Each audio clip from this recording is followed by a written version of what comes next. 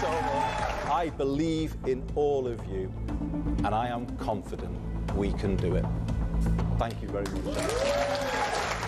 I have just come from Buckingham Palace, where I have accepted His Majesty the King's invitation to form a government.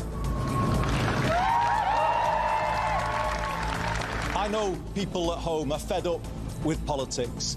I hear you, and I want to be honest with you. We have not been good enough, and we need to be better. We will be. This man has no mandate whatsoever. He didn't stand on the 2024 general election manifesto. You cannot make the biggest change in British politics in 40 years without a mandate from the British people, and it will be only decent, right and proper to call a general election on that issue and to do it now. Our fifth Prime Minister in 4 years. Blimey. And, well, look, we want him to succeed. But will this one be any different? Andy Burnham, the new head honcho, the speed this all happened, I know this is a well-trodden deal already, is actually breathtaking. 1 minute he was Mayor of Greater Manchester. What, a month and a bit ago he wasn't even an MP. The next he's holding keys to number 10 without the country ever really having a chance to scrutinise him in a prospective prime ministerial nothing at all. We really know very little. I think Burnham has to walk a fine line. I think that's probably what's going on, because if he were to sweep into Downing Street and say, I'm going to change everything, I'm going to fix everything, I'm going to do things completely differently to Starmer, then people would say, hold on, mate, we need a general election in that case, because no one voted for that. No one voted for you to be Prime Minister. You weren't standing in the 2024 general election. We've never seen your manifesto. Who the hell are you? That's what people would be asking.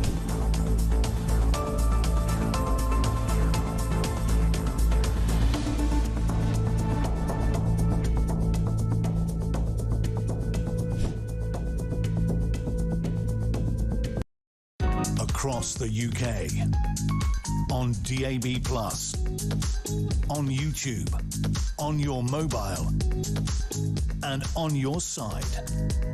This is Talk.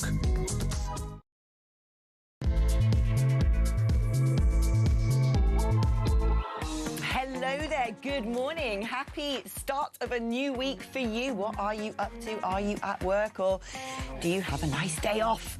I'm sitting in for the wonderful Julia Hartley-Brewer, who is taking a well-deserved break, and I'm going to be with you today and tomorrow. Not Wednesday, unfortunately, but back to do Thursday, Friday and Saturday. So I hope to have your company on all of those days. And fresh week, fresh news stories as well. Lots to talk about today. And that involves you sharing your opinions too, because as I like to say here at Talk, we have communal catharsis by getting things off our chest. And indeed, free speech at Talk really is free. Because if you dial 0344 499 1000 on your telephone and get patched through to the studio, it's your normal network rate. We don't even charge you to get things off your chest. You can also use that number to send me a WhatsApp message, or indeed leave me a voice note on WhatsApp. 87222 is the number if you want to send a text message, and you have to write the word talk before you write your text. And we are at talkTV on social media. So, right, without further ado, let us dive in between the pages of today's newspapers and look at what is making the headlines today. I'm joined by Annunziata Riesemog, who's the head of communications for Popular Conservatism.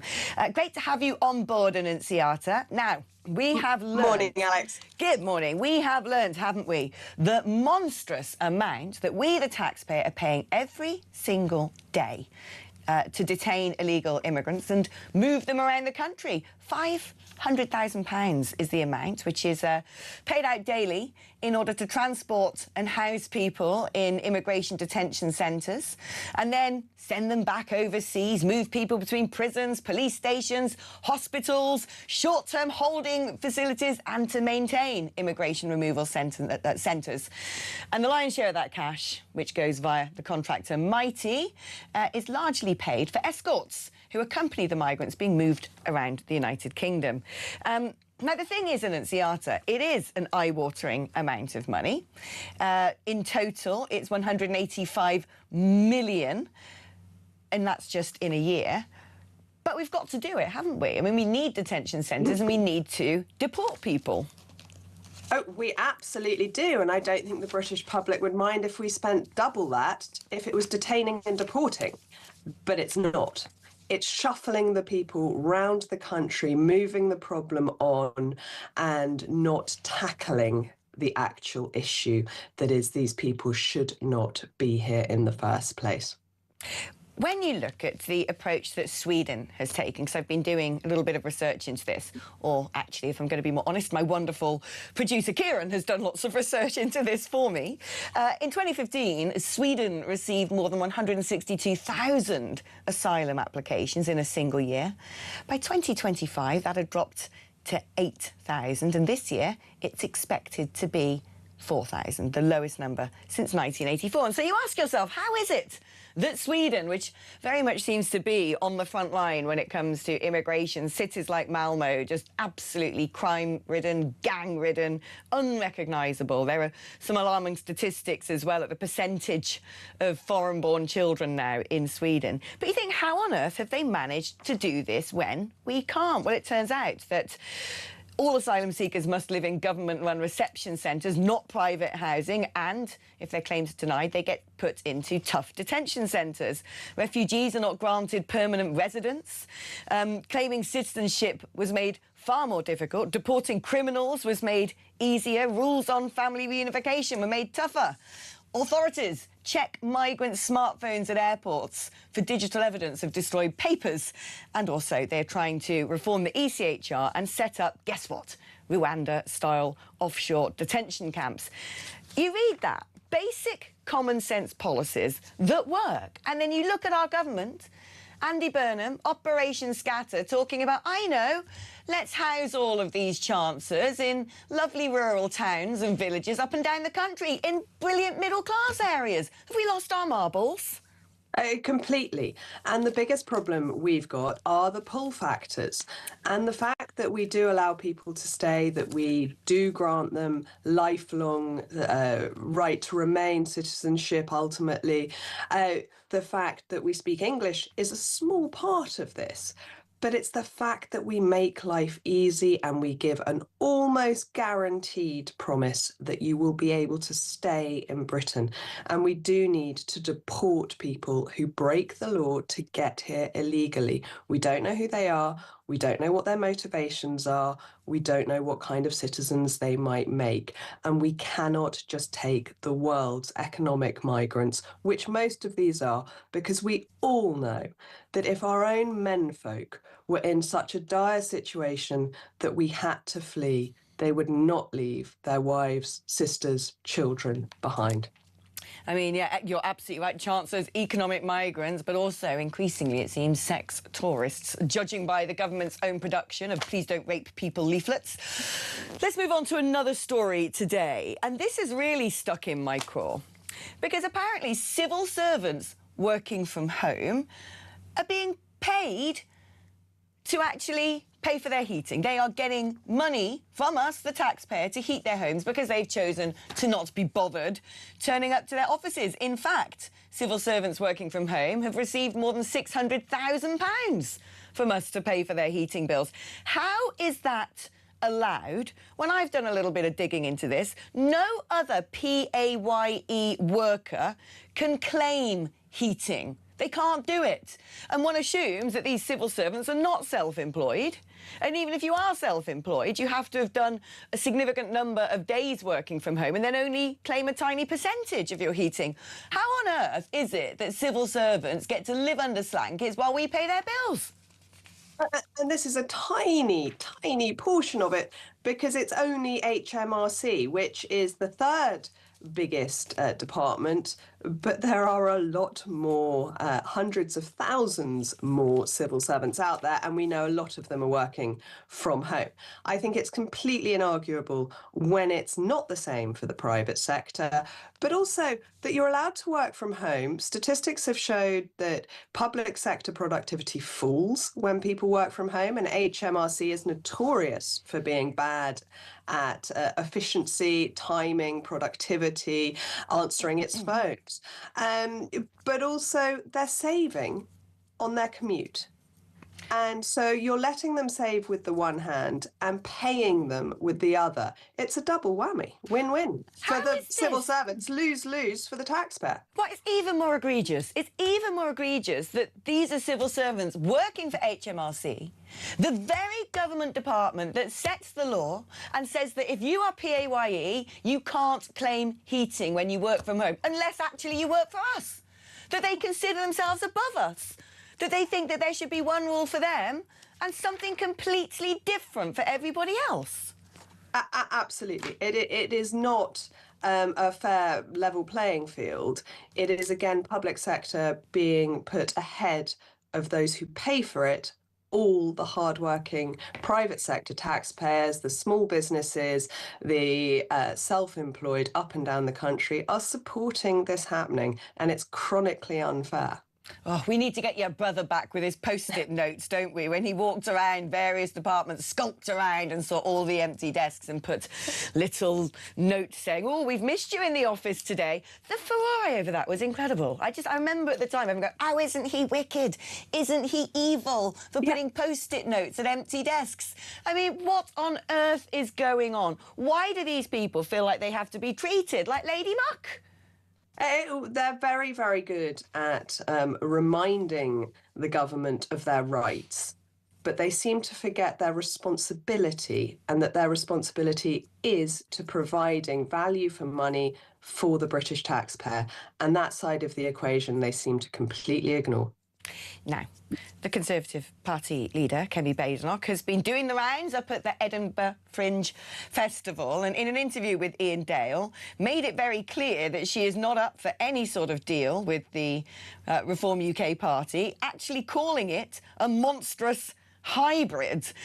She says that Nigel Farage dictates what he wants depending on what he had for breakfast. They're all over the place. They announce one policy, forget it the next day. How do I work with people like that? How do you work with a man who's fallen out with every single person he's ever had to work with and every single party he started? I mean, I would suggest when it comes to accusing Nigel Farage of falling out with people and Reform UK being stuck in some sort of internal warfare, which of course they deny, that she takes a long, hard look in the mirror, because that sounds a lot to me a bit like the Conservatives of late. I mean, I don't disagree. And I think one of the best things about having two parties on the right is that both keeps the other honest. And they keep each other honest in terms of shaping proper, strong policies of the right, but they also have to keep each other honest in terms of their party structures and their personnel. And have there been problems in reform? Quite clearly there have. I mean, it's taken up a lot of press space, but we all know of mutterings of disagreements outside of that as well. Have the Tories had problems? Absolutely. They're having an argument right now from the same interview about Penny Mordaunt and whether she will be allowed to stand. But I think it does help both of them keep each other on the straight and narrow, which is what all of us who want the best for the country need. We need two good parties that can stand up and fight for the British people. And we need them to be good parties. But we do ultimately need them to win an election and form a government that can change things. And all the carping on the sidelines, the infighting on the right, they're different parties, but fighting each other, they need to refocus their bile on those who are ruining the country, the socialists. I mean, this is the problem, isn't it? Because it seems to me a lot of energy is expended on attacking each other on the right rather than thinking, how do we stop the left? And we run a great risk, don't we, of being plunged into eternal socialism unless the right wing gets its act together. And you are somebody who has had experience of being both in the Conservatives and the Brexit Party. And I want to ask you this. As someone who, myself, once upon a time, was head of media for Nigel Farage in UKIP at a time when David Cameron was the Prime Minister, there was a huge difference between the Conservatives and UKIP. David Cameron was a Remainer. David Cameron signed the Lisbon Treaty. David Cameron loved net zero. David Cameron wanted to hug hoodies. David Cameron didn't mind open-door immigration. David Cameron didn't want to leave the ECHR. And UKIP opposed all of those things. UKIP were at the other side of the spectrum and accused the Conservatives back then of not being able to put a fag paper between their policies and the Labour Party. But roll the clock forward to 2026, and my argument would be if you were to white label the manifestos of the Conservative Party and Reform UK and put them in front of the average voter, it'd be very, very hard to tell the difference between the two. And so what is the point, therefore, of having two parties with almost identical ideology, making essentially the same promises to the voters, but then confusing the voters by saying, but don't vote for them, vote for me instead, and using all of their energy to essentially promote their party's brand when they should be thinking, how on earth can we make sure that these policies that we insist have to happen to save our crisis-ridden country are actually put in front of the British voters, get passed at the general election, and then get enacted? I don't disagree that they have to focus their energies on promoting the good policies that both of them have. And as you say, whether it's ECHR or net zero or the benefits bill or immigration, there is very little between them. And they've got to focus their energy on promoting those and opposing the socialist opposite of all of that, where they want to entrap us, kill the economy, maintain this leaky border situation. But they do attract different people. And I think a very good example of this is the Brexit campaign. And I know we were both involved in that. And you had Vote Leave and you had, I have forgotten Nigel's Leave.eu. Leave.eu. Thank you, Alex. And without each other, I don't think the result would have been the same. And a general election is not the same as a referendum with a binary question, but the essence is still there. And the two were running very different campaigns. They were attracting different voters. They were speaking between them to the whole electorate, and that's a very important place to be. I totally agree, actually. It was retrospectively that I looked back on that split campaign, which at the time seemed muddled, confused and strange, and realised that actually that's what done it. That's what actually got us over the line for the exact reasons that you state. But given that logic, therefore, would it not make more sense if Kemi Badenoch went, do you know what? Nigel Farage is the only person who can beat the Labour Party in the red wall areas, so we're going to let him get on with that. You know, not stand candidates where Reform could easily win and the Conservatives don't really stand a chance. Look at Makerfield, look at Gorton and Denton as key examples, and actually adapt herself to fighting to get the seats back that the Conservatives lost to the Liberal Democrats in the Leafy Shires. Instead, it seems to me, she is obsessed with attacking Nigel Farage, calling him woke, economically illiterate, suggesting that she is more Farage than Farage, which isn't exactly going to win back the approval of the Waitrose woman who at the moment are supporting the Tupperware party of Ed Davey. I don't know. I think actually those who've gone off to Ed Davey, well, need their head read, but also find attacking Nigel Farage an attractive place for the Conservatives to be. That doesn't mean I think it's right. I think you are absolutely right that each party has its strengths and should focus on those areas. I don't think it necessarily needs to be a formal pact. And if we look at Labour and the Lib Dems, they have never had a formal pact, but we all know perfectly well that they focus all their energy and attention on their own strong areas and they leave the opponents' areas pretty much alone. And the Tories and Reform need to do the same. We have our strengths and weaknesses, but overall, for the sake of the British people, the right's got to win. I totally agree. I mean, look, you know, the Reform's never going to win in the Cotswolds. I very much doubt Reform could ever get a single seat in the Cotswolds, but there's a strong chance the Conservative Party, if they decided to tailor their messaging to those sorts of constituencies, could get those seats back. And this is where my problem is with the Conservatives right now. You know, why are you trying to be Nigel Farage when Nigel Farage exists? Why don't you go back to being what you were 5 years ago? Annunziata, thank you ever so much. Always a delight to have you on the programme. What do you think about that? Do you think that's how it should go? Do you think there should be some sort of pact where the Conservatives say to Reform, we're not going to touch you in the red wall, we're going to give you open air and free space to win as many seats as you like there, and say, well, do you know what? We have a good chance of getting back Waitrose woman. Let's do that instead. 0344 499 1000 is the number to call. It is your normal network rates. You can send me a WhatsApp on that number as well, or leave me a voice note. 87222 is the number to send a text message. If you're going to do that, you have to write the word talk before you send your text. Tracy's message saying, I'm in the NHS but working from home 3 out of 4 days, and I can't claim for any of my heating. No, I looked it up online. If you're PAYE, you're not entitled to that, only if you're self-employed. So why is it that the staff of the people who set those rules themselves think that they should be exempt? Honestly, they're taking us for a ride. We're going to be taking a short break now, but on the other side, we're catching up once again with Cormac Smith, former advisor to the Ukrainian Foreign Ministry, of what is going on over there. Andy Burnham is over in Ukraine on his big first state visit in Kiev. A lot to talk about in that department, so don't go anywhere. We're back after this.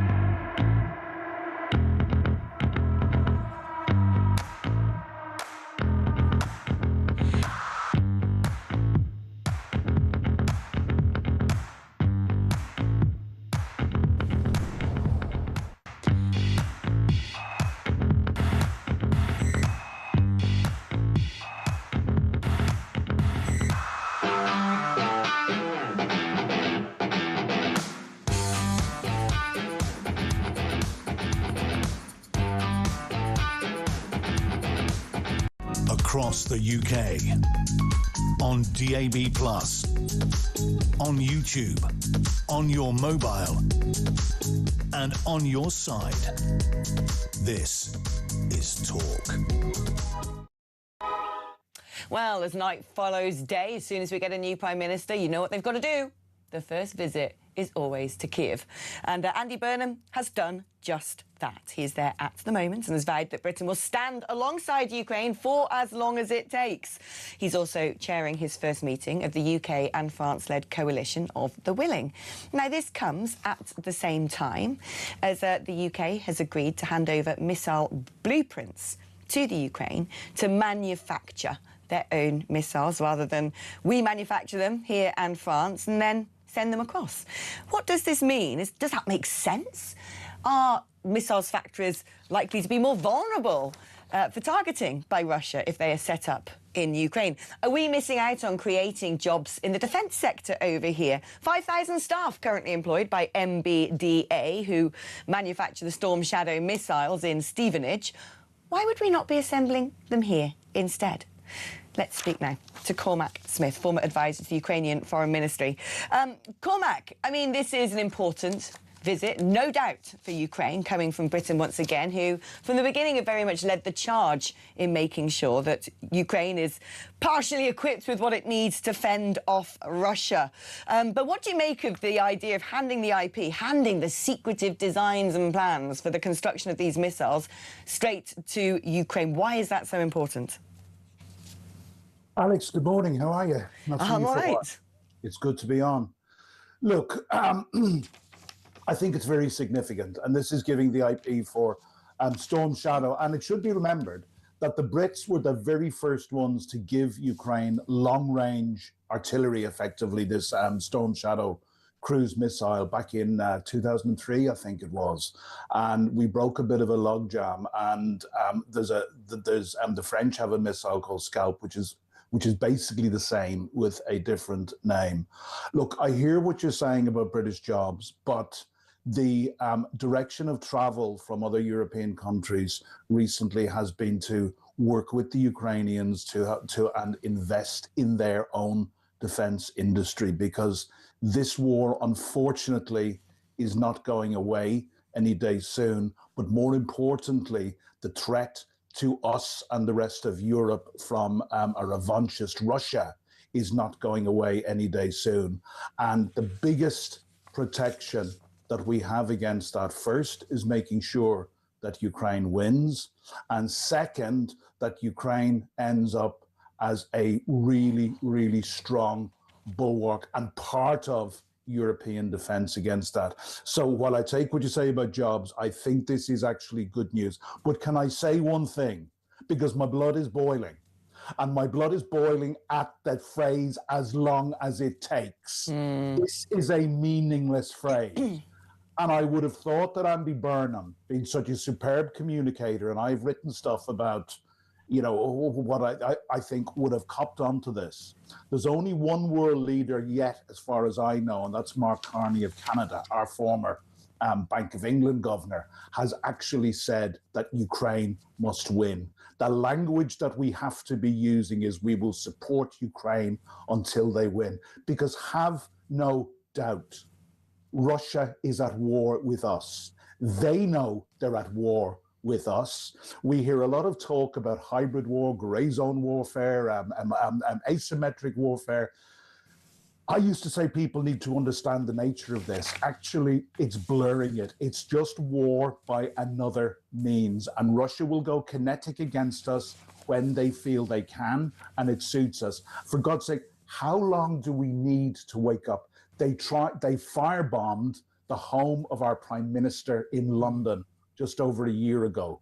Those of us who knew about this situation looked at that and immediately saw Russia's fingerprints all over it. It took another year before the actual proof and the details came out in the court case. So yeah, good news on the IP for the weapons.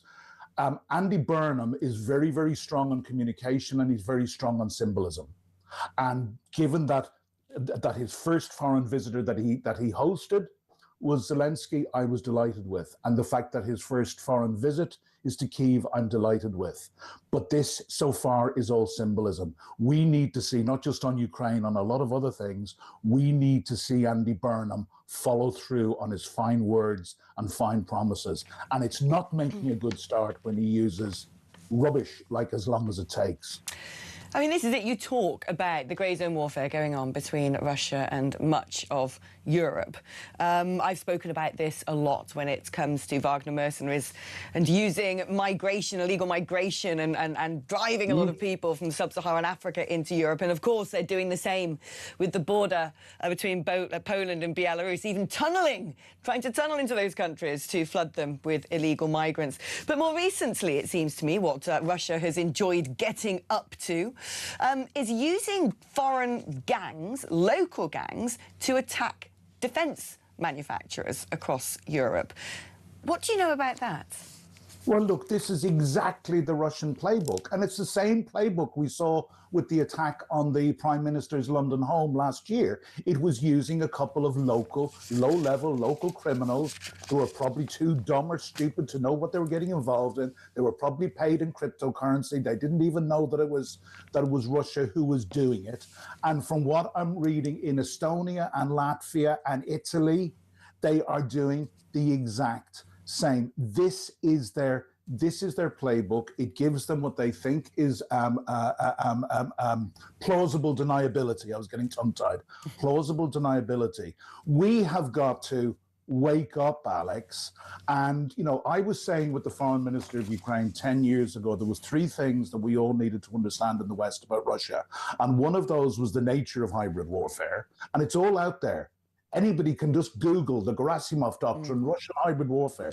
It's all out there in open source. I've been studying it now for over 10 years. It doesn't look like our leaders have, or if they have, they've come to it very, very late. So yeah, we should know this, and we should not afford Russia the plausible deniability that they want from it.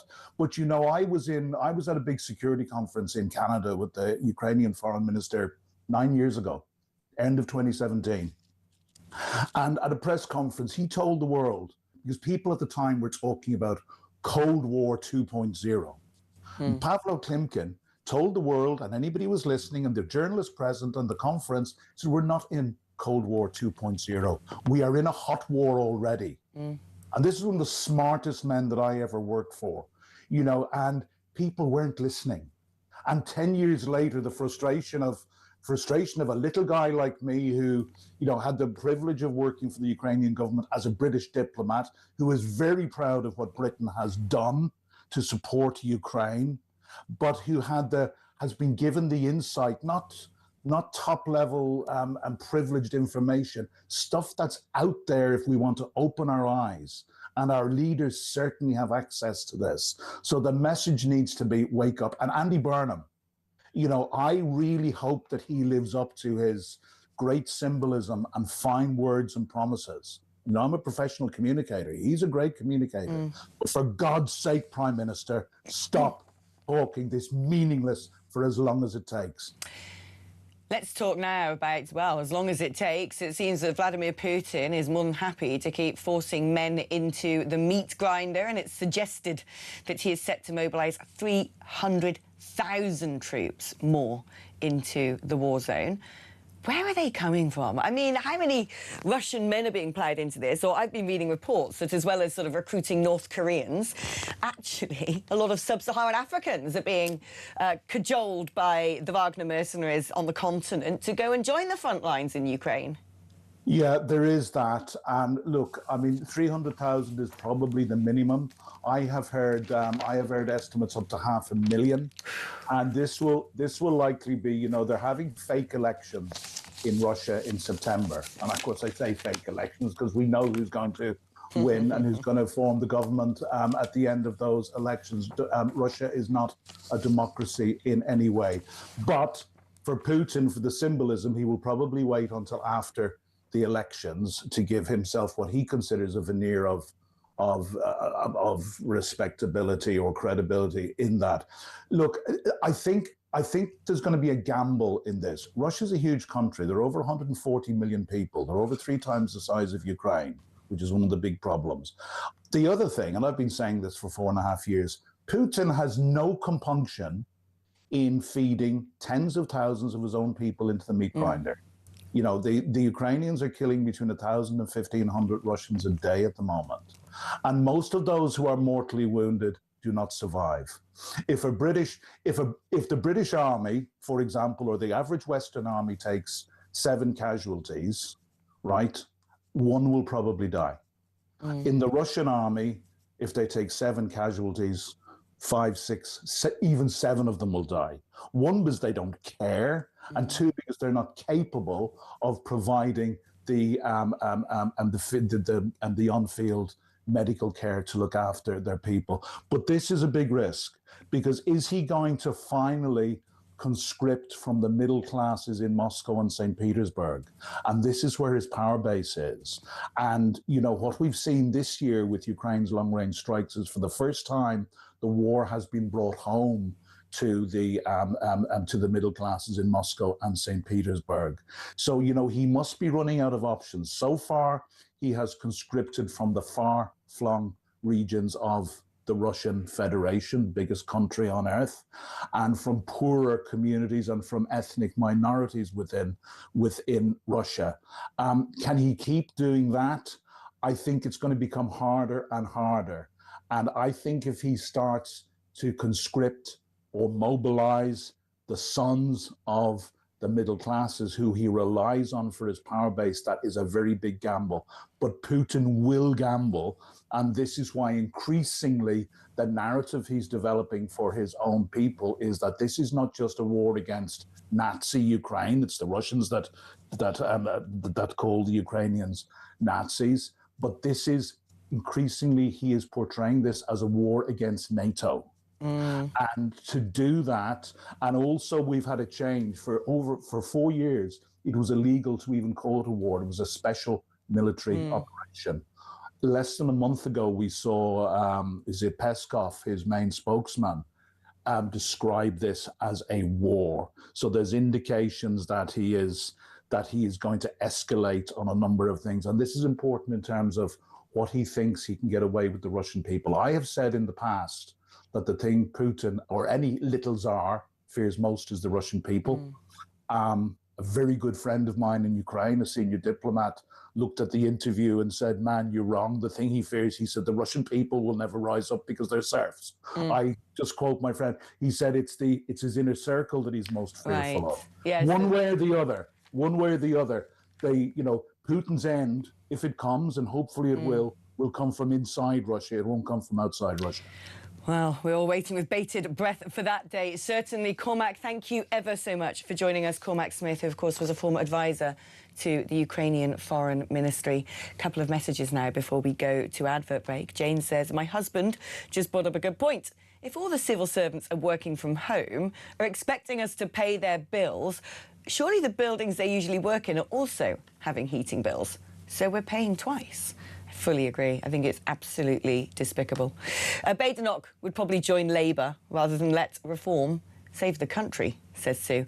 Morning, Alex. A couple of things. First, Kemi is saying no to reform. Reform have said from the outset, no deals. So she's really just barking at the moon. And the second thing, Kemi was part of the Brexit deal. Her brief was to slash the EU legislation, and she refused, citing she didn't want a bonfire. So really, she's part of the problem, not the solution, says Steve, who also says Kemi can attack reform as much as she wants. She won't leave the ECHR. Well, she says she will, says she's got a big plan. Lord Wolfson's drawn it all up. It's going to be in train if she becomes Prime Minister.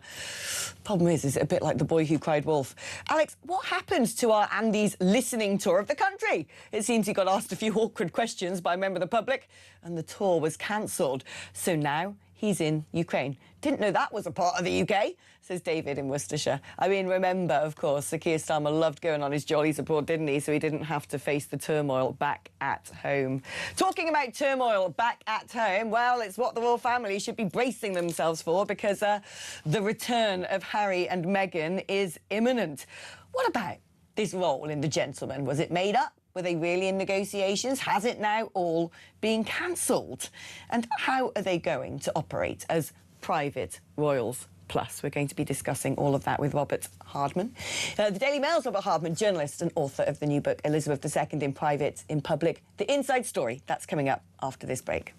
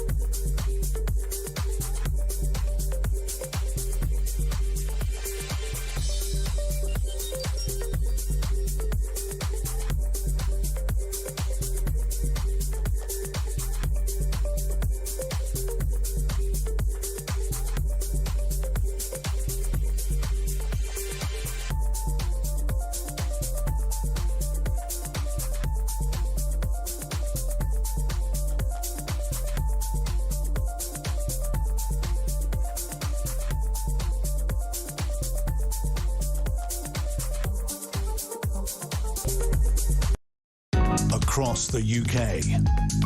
On DAB+, on YouTube, on your mobile, and on your side.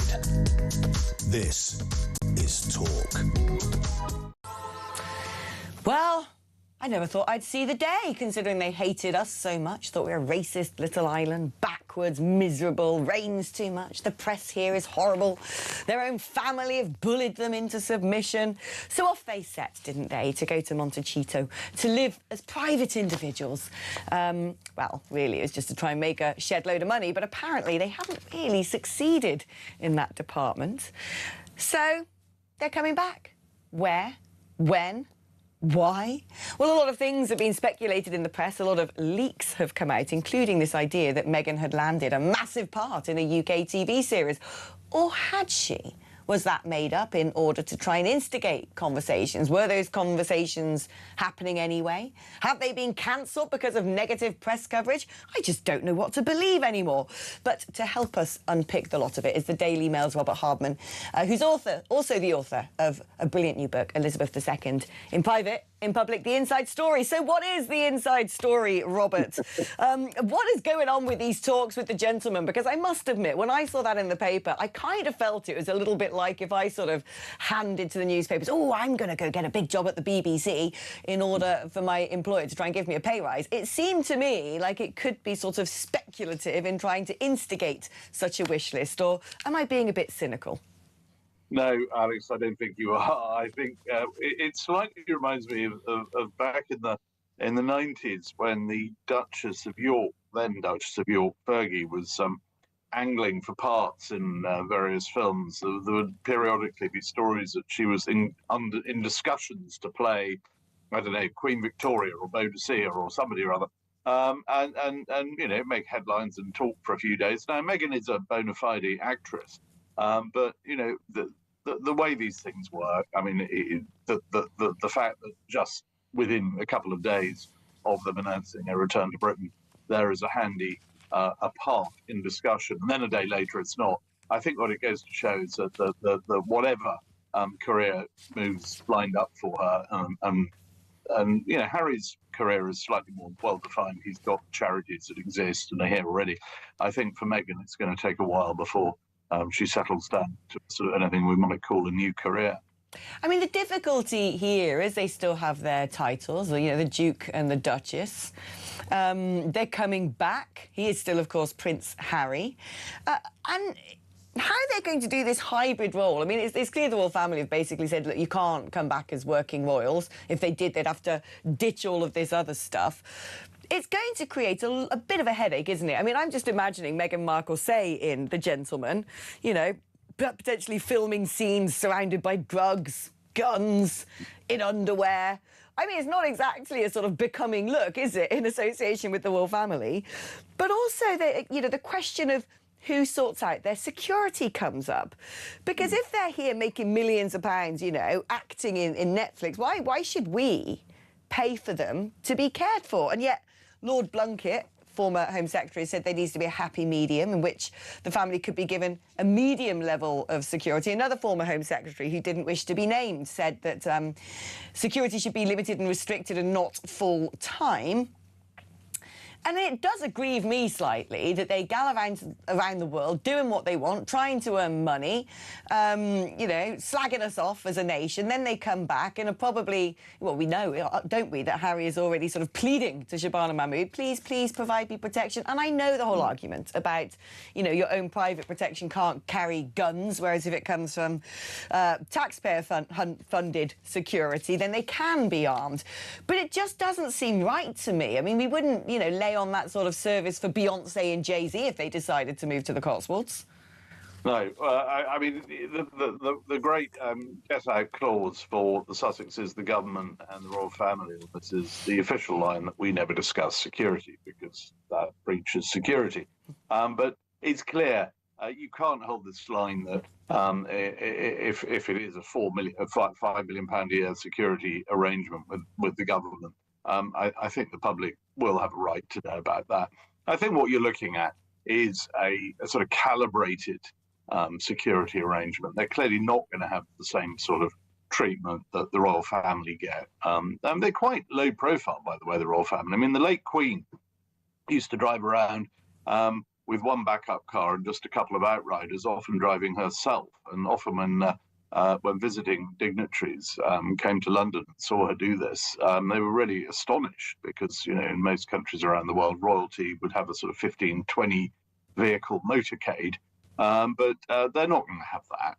What they are going to get, I imagine, is a kind of case-by-case situation where if they're going to an event which is public-facing, that people know about in advance, then you would imagine that the police would at that point set up some sort of security. I think the problem is going to become, you know, what if they just want to pop down to the shops? They keep going on about being private citizens. We're not going to be given any official photos. We're not going to be told anything about their private lives because they're so private, except, of course, when they're writing books, documentaries, and doing interviews. But in this new private world, what is the situation if Meghan wants to pop down the road, or you know, they want to get on a train or something?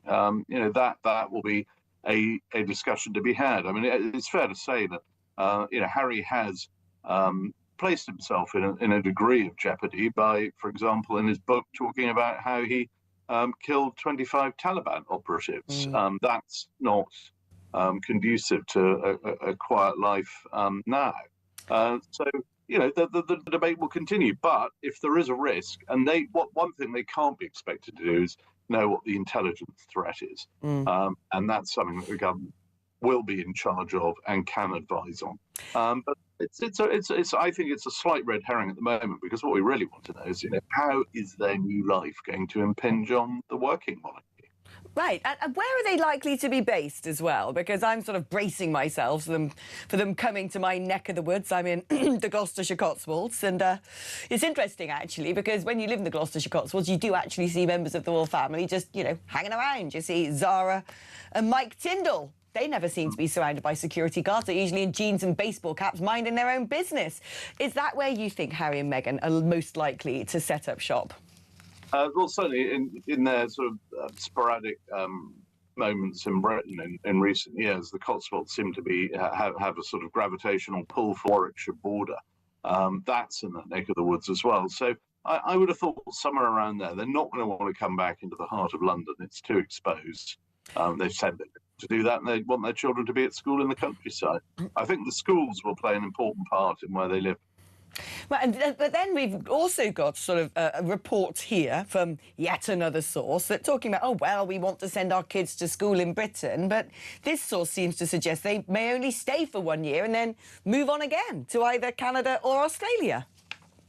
Yeah, I mean, one thing you can be certain of with the Sussexes, there isn't much, but one thing you can definitely be certain of is that they will continue to surprise us. Everything they have done, really, since their marriage has been sort of counter to the normal royal way of doing things. I mean, suddenly they announced, oh, we're not going to be there for Christmas, we're going to Canada. Then it was come back from Canada to announce actually we're leaving. And then they left to go back to Canada, and then it was off to America. And then suddenly, you know, a book appeared, a TV documentary appeared, the Oprah Winfrey.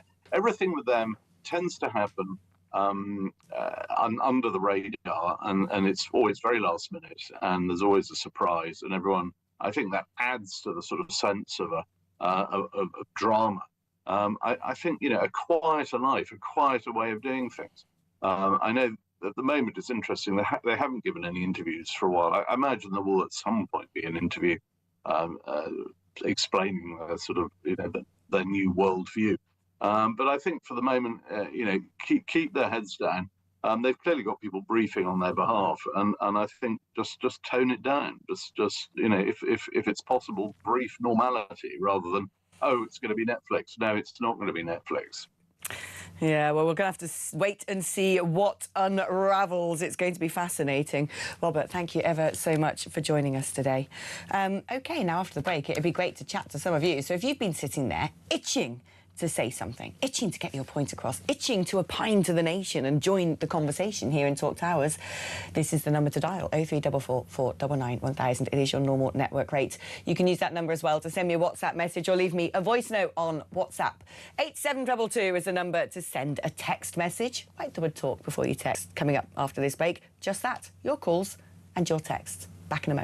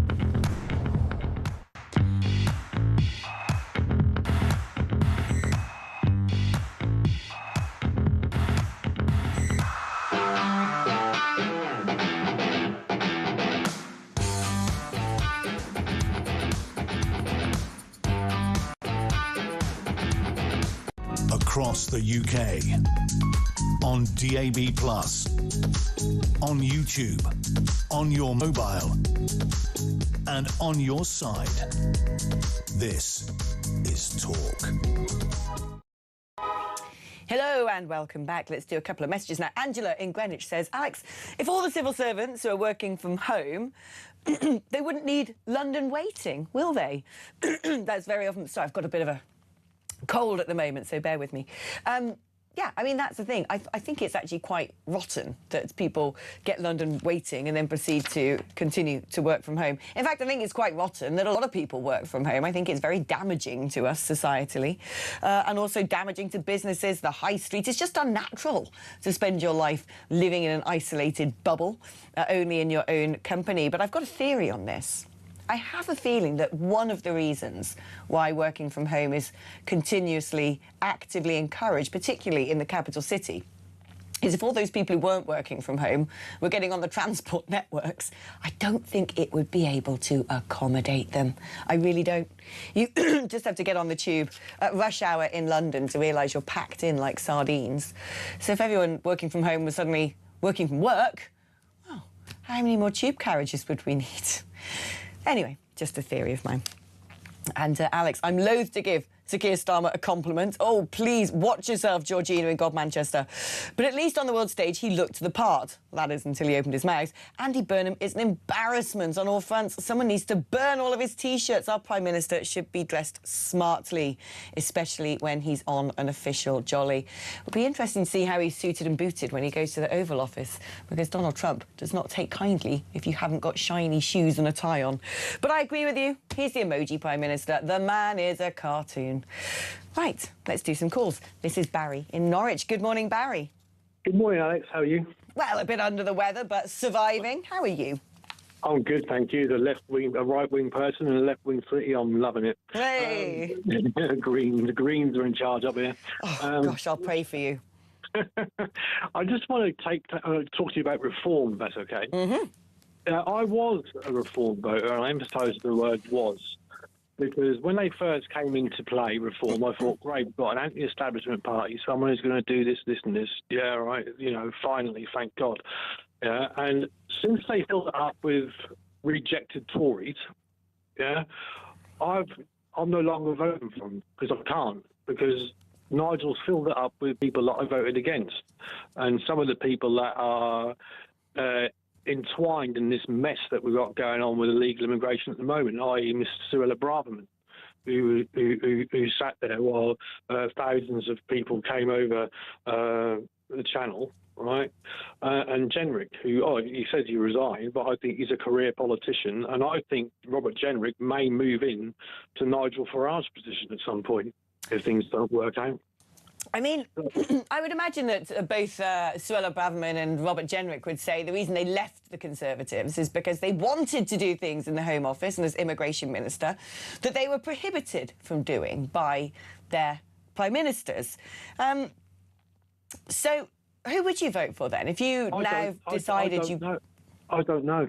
And I always say to people, you must vote because people fought for the right to vote, and you must go out and exercise your democratic right. Yeah, but I am actually stuck now. I don't actually know who to vote for. I don't know if I'll vote for Rupert Lowe because he seems to be a bit out there, you know, with some of his stuff. But I just can't see Reform being able to govern this country.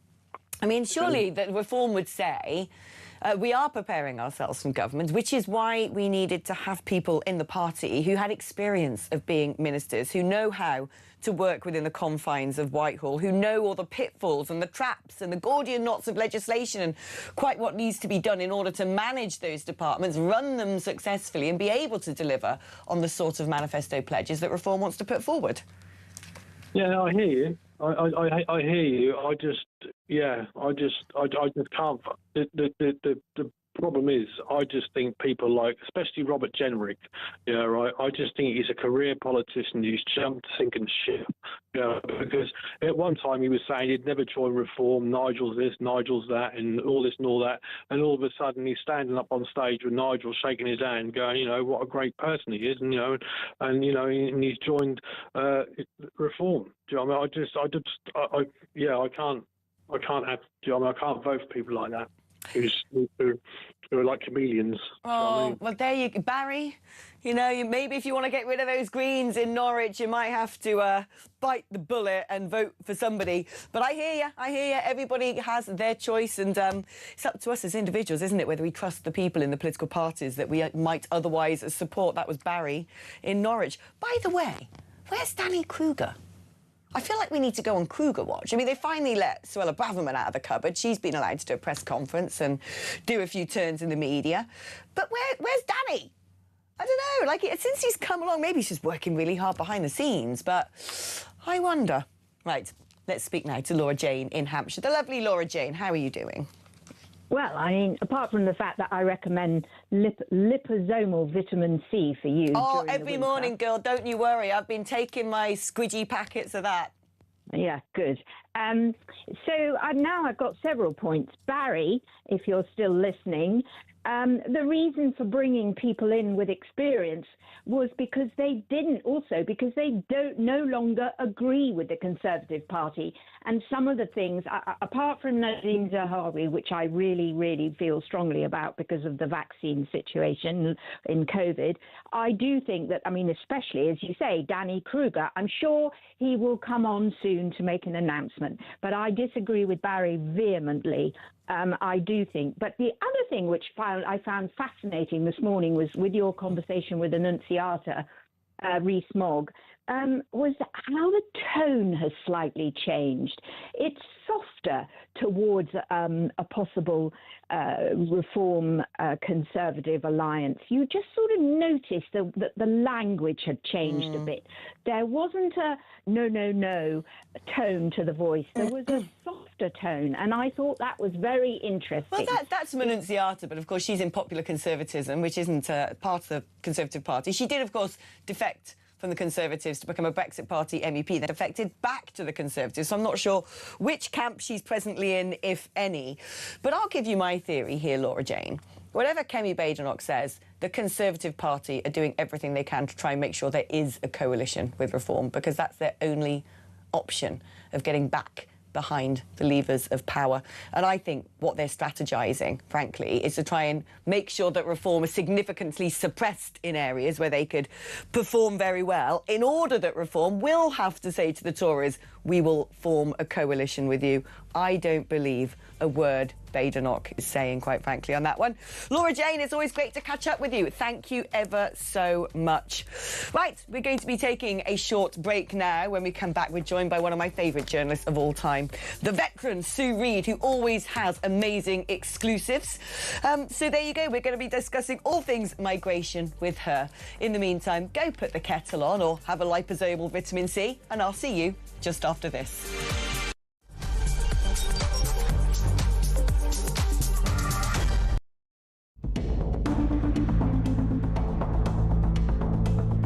It is therefore my honour to declare that the duly elected leader of the Labour Party is Andy Burnham. Thank you, everybody. Thanks so much. I believe in all of you, and I am confident we can do it. Thank you very much. I have just come from Buckingham Palace, where I have accepted His Majesty the King's invitation to form a government. I know people at home are fed up with politics. I hear you, and I want to be honest with you. We have not been good enough, and we need to be better. We will be. This man has no mandate whatsoever. He didn't stand on the 2024 general election manifesto. You cannot make the biggest change in British politics in 40 years without a mandate from the British people, and it will be only decent, right and proper to call a general election on that issue and to do it now. Our fifth Prime Minister in 4 years. Blimey. And, well, look, we want him to succeed. But will this one be any different? Andy Burnham, the new head honcho, the speed this all happened, I know this is a well-trodden debate already, is actually breathtaking. 1 minute he was Mayor of Greater Manchester. What, a month and a bit ago he wasn't even an MP. The next he's holding keys to number 10 without the country ever really having a chance to scrutinise him in a prospective prime ministerial nothing at all. We really know very little. I think Burnham has to walk a fine line. I think that's probably what's going on, because if he were to sweep into Downing Street and say, I'm going to change everything, I'm going to fix everything, I'm going to do things completely differently to Starmer, then people would say, hold on, mate, we need a general election in that case, because no one voted for that. No one voted for you to be Prime Minister. You weren't standing in the 2024 general election. We've never seen your manifesto. Who the hell are you? That's what people would be asking.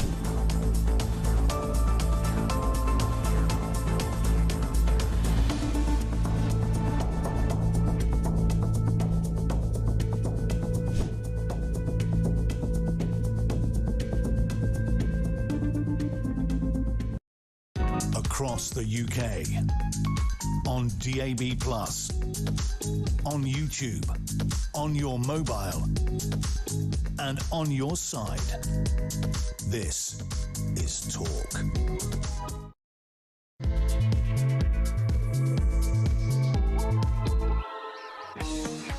Hello there and welcome back to the show. Hope you are doing very well on this fine Monday. Hope you haven't got my lurgy. Ain't no fun. It's always the way, isn't it, when you're about to start a sequence of mega shifts covering for Julia. And I woke up this morning and I thought, oh no, not the voice. I've only just begun. But there you go. I am indeed dosing up on my liposomal vitamin C and knocking myself out with a bit of night nurse. Hopefully it will get me through. But if I do start coughing and spluttering, I apologise in advance.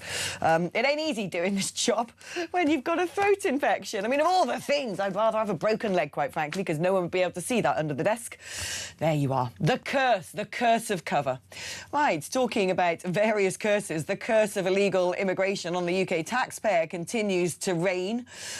We have discovered, there's an article in The Sun today, that more than £500,000 every single day is spent detaining illegal migrants and, well, frankly, just moving them around the country, taking them from detention centres, prisons, police stations, hospitals, short-term holding facilities, immigration removal centres, and then, of course, being flown back to their own country with people there to make sure they don't run off. And then when they're in their own countries, there are people there as well to make sure that they go where they are supposed to be. And in total, that amount this year is £185 million. It don't half cost a lot to be invaded illegally. Let's speak to my all-time favourite journalist, Sue Reed, the veteran journalist at the Daily Mail. Always brilliant and a privilege to have you on, Sue. I mean, on one hand, you look at this and think, well, you know, we got to pay this. These people are in the country. They need to be moved to detention centres. They need to be deported. And that there is the bill facing the UK taxpayer to do it. But then I look at what they've done in Sweden and how they've been able to bring their numbers down to just 4,000 applicants for asylum this year, down from 162,000 in a single year in 2015. And I suddenly find that figure quite egregious. What are your thoughts on this? The figures today, as I understand them, are involving migrants in, they're being deported or they're in deportation centres. But there is actually a much bigger scandal, which really slaps you in the face. I've looked at the people being moved from hotels to HMOs, and the figures are just staggering. So a taxi goes to the hotel, say Wembley. I've got a classic example. 2 guys at Wembley, 2 Iraqis at Wembley Hotel. You're being moved to Swansea, to a nice house in Swansea. OK, it's an HMO you'll be sharing. No, we're not going. Taxi fare, 300 quid. Still got to be paid, but they refuse to go. And I've got 3 or 4 examples of that, including from migrants themselves who I've met in Calais only 8 weeks before. So moving, say, a guy to Northamptonshire from the home counties, from Kent, huge bill, 500, 600 quid. He refuses to go because he hasn't got family or community in Northamptonshire. He sent me a picture of the house he was due to go to, and believe me, it was a nice little detached house in the semi-countryside. Anyone, most Brits would be delighted to be there. So they're not only these taxi rides from hotels to HMOs, which are going on all the time, are costing a fortune, but the migrants themselves are saying, no, we're not going to leave the hotels. How dare they? How dare they demand, I don't want to go there, I want to stay here? I mean, look, I'm massively against Operation Scatter. I think it is perilous. I think it is a huge dramas waiting to happen, putting these undocumented men in every last village and town where there, frankly, will be no eyes on, whether they're, I don't know, dealing drugs in the black market, kidnapping girls, having massive house parties, making bombs, who knows. So in a way, I'd rather they stay somewhere like a hotel and be locked in them interminably. But I just can't understand the audacity of these people demanding things from us. Well, they have been encouraged, remember, from the beaches on Calais, in Calais and Dunkirk, where the charities work. They are encouraged, they're told they have human rights, they're given a list of what their demands should be. They are tutored, they're groomed, basically. These guys are groomed before they even get here by the charities. The charities and NGOs on the North French coast are doing a very dangerous job. Believe me, if you meet a migrant further back along the journey, and I've spoken to 500 migrants over the years, but if you meet them further back before they hit the North French coast, as they're making their way, they're perfectly non-demanding. They are anxious to get to Britain, yes. They say, how do we do it? Can you help? You say no, but they're normal. By the time they've had a few weeks in Calais with the NGOs, they are different people. They have been groomed into the human rights industry. And so they know there's 2 strikes and you're out with the hotels. If you refuse twice to go to an HMO, it's 2 strikes. But I'm told by my contacts that that's you can't, if somebody was put in the street, can you imagine? So it's a fault, it's a bogus threat. It's meant to be 2 strikes and you're out. You refuse twice with the taxi at the door and you're going to be removed, but they're not. we need to get a handle of these charities, these NGOs, because it seems to me that these organisations are aiding and abetting the worst possible international criminal activity. I was reading an article just today when I was on the train down from Gloucestershire about, and I've read a lot of articles about this, about what happens further upstream with the mass exodus of people from sub-Saharan Africa, etc., into Europe. People being kept in horrible detainment camps in Libya where they're tortured. People who have their organs harvested. Women being sold into sexual slavery. And the more that the NGOs seem to want to continue to administer to and help the illegal immigration industrial complex, the more people are going to be having their organs torn out of them while alive. I mean, it's absolutely disgusting. Why is the government... I mean, at one point, Italy turned around to Germany, I think, and said, your NGOs are actually going and collecting these people halfway through the Mediterranean and bringing them over. It has to stop, and it has to stop now. Why in Britain are we allowing organisations like Care for Calais to aid and abet what is international criminal activity of the most disgusting and wicked kind, human trafficking? Well, it's Greece that's pulled the rug under the NGOs, and many of them, the NGO, are bringing the people into Greece on boats are German. So they say they're going to prosecute the people in charge of the boats. Greece is leading the way on this. But you have to realise, if you set up a migrant charity, you need migrants. If you solve the problem and there are no migrants, you won't have a charity. So yes, that is the truth. They want migrants. Oh, no, I agree. This is why I call it the illegal immigration industrial complex, because there are immigration lawyers making a packet. There's all these do-gooders and NGOs who often award themselves pretty tasty salaries and expenses to go about pretending that they're do-gooders. And there's, of course, the criminals themselves all caught up in what is now an illicit industry that makes far more money per annum internationally than the drugs trade. It is absolutely horrific. I don't know if you've seen Zia Yusuf's Deliveroo law. He's essentially turned around and said, look, you've got all of these people now setting up migrant encampments. They're basically living on the streets. And as you go past them, you can see them there with their little bicycles earning money on the black market. And at the same time, we've got a situation where the government have decriminalised rough sleeping, which means that, hey, you can just build a tent city now. And then add to that Andy Burnham, who says, well, I want to cure homelessness. Everyone on the streets will get a house. It seems to me we may as well just build a conveyor belt for people to come here, work in the black market illegally, not pay tax and wreck our society. Do you think that Zia Yusuf's plan, his Deliveroo law, which means bosses who hire illegals will have to go to jail, do you think that's workable? Do you think that's what we need to be doing? We should hire illegals, allow them to work. Yeah, exactly. The bosses of these companies who are allowing illegals to work, should they be imprisoned? Well, I know that the illegals, I've interviewed them in the hotels. They all say they want to work. I went to a hotel at Christmas. I was invited in by a migrant. I think I'm the first journalist who's actually, mainstream journalist, that's actually been in the hotel. And I was told by a guy who said I deal drugs because I'm not allowed to work face to face.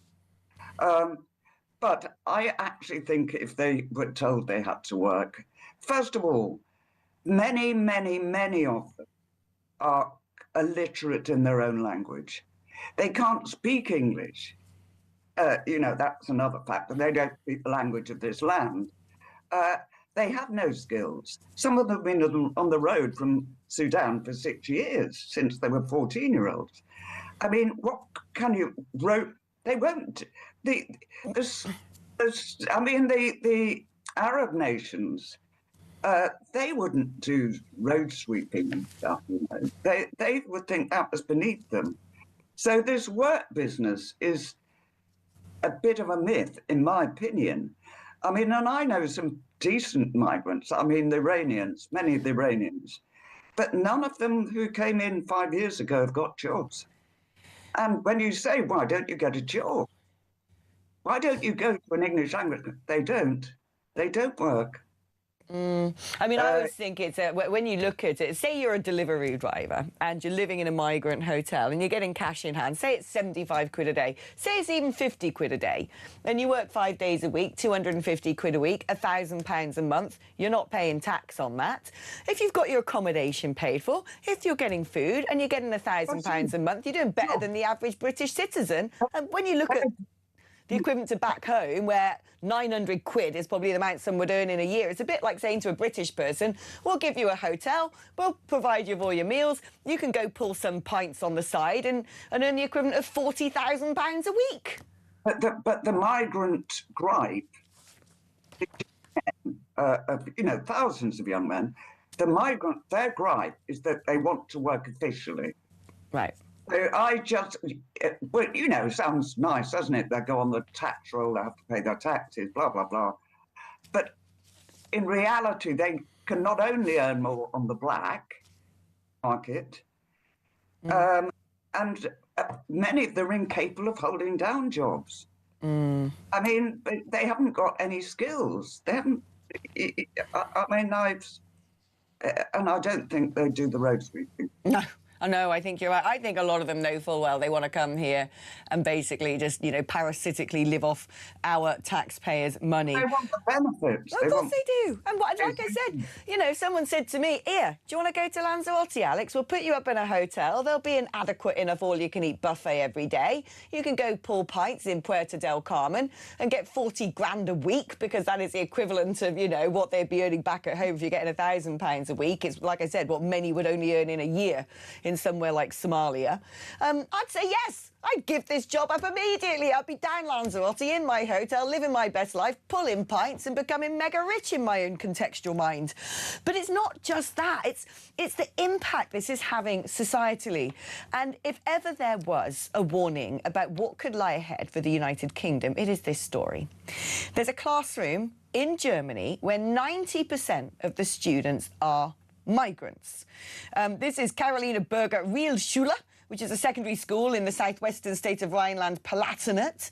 And it's been making huge headlines in Germany because 90% of the 760 pupils are migrants. And it turns out it has become the most dangerous school in Germany. What a surprise. Knife incidents, all sorts of horrible things, violent pupils, hygiene conditions are terrible, toilets flooded, walls covered in graffiti, urine in the hallways. I mean, people destroying furniture. It's a pretty stark indication of what could happen here. And Germans in that school, which actually happens in West Germany. But what's happening in East Germany is even more phenomenal, really, in a way, because it's a reaction to what's happened at that school. The AfD, which is likely to win in regional elections in 10 days' time, and that's not me saying it, that is, the official polls. Whether they'll be allowed to rule is a different matter, but they are very likely to win. And that's the Old East. They are now saying, if we get in, we're going to have separate schools. So they're going to have an educational apartheid where the migrants go to one school and the Germans go to another, so that they can cope with the migrants at school to remove them from the mainstream setting.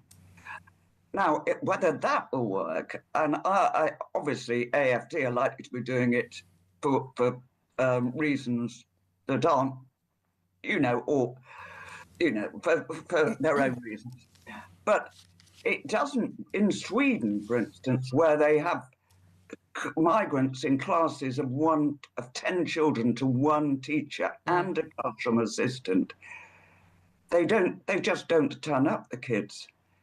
Because it's easier to join a gang. If you want that jacket, if you want that cap, and it's easier to join a gang, do some drug running, then go to school. So even Sweden, generous, and some say hopelessly naive, Sweden, where they've got them in class of one teacher and a classroom assistant, 10, the kids don't turn up. They don't respect education. But anyway, there is if the AFD wins in the East, there are going to be separate schools for migrants, purely to get rid of the problem at this school in the West, you know, in the Liberal West, which is obviously where kids are running amok. Nobody's correcting them. The head teacher's been sacked. But whether that will change the ethos of the school, you know, art police are going in there. And also the Germans themselves are saying we don't send our own kids to the school for food. You have to feel sorry for the parents of those kids. The 10% non-migrants in the school that's covered in faeces and urine and get them where everyone's stabbing each other. I don't blame them for saying we want our own school. Thank you very much.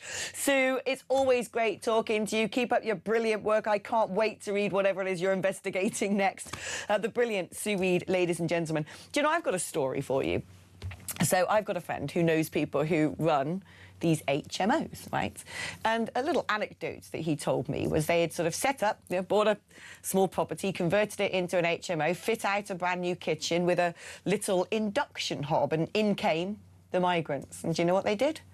They smashed up the induction hob, put a load of coal in it, and just started cooking some sort of swan on it in the middle of the kitchen. These people don't know how to operate in the Western world. When they've come from far-flung remote villages in the Sahel, they don't know how to use an induction hob. And as Sue said, many can't speak English. They're not going to be of any benefit to us in this society, frankly. They just don't really belong here. And they should probably go back home. Anyway, I thought that was an interesting little anecdote for you. Right, if you want to get in touch with the show, 03444991000 is the number to call. It's your normal network rate. You can use that number as well to send me a WhatsApp message or leave me a voice note on WhatsApp. 87222 is the number to send a text message. Write the word talk if you're going to do that. After the break, we're going to be talking about the fact that most Britons believe free speech is more restricted under Labour. Who would have thought? Well, don't you worry. Free speech is going well here in Talk Tower. So stay tuned for more of that after this.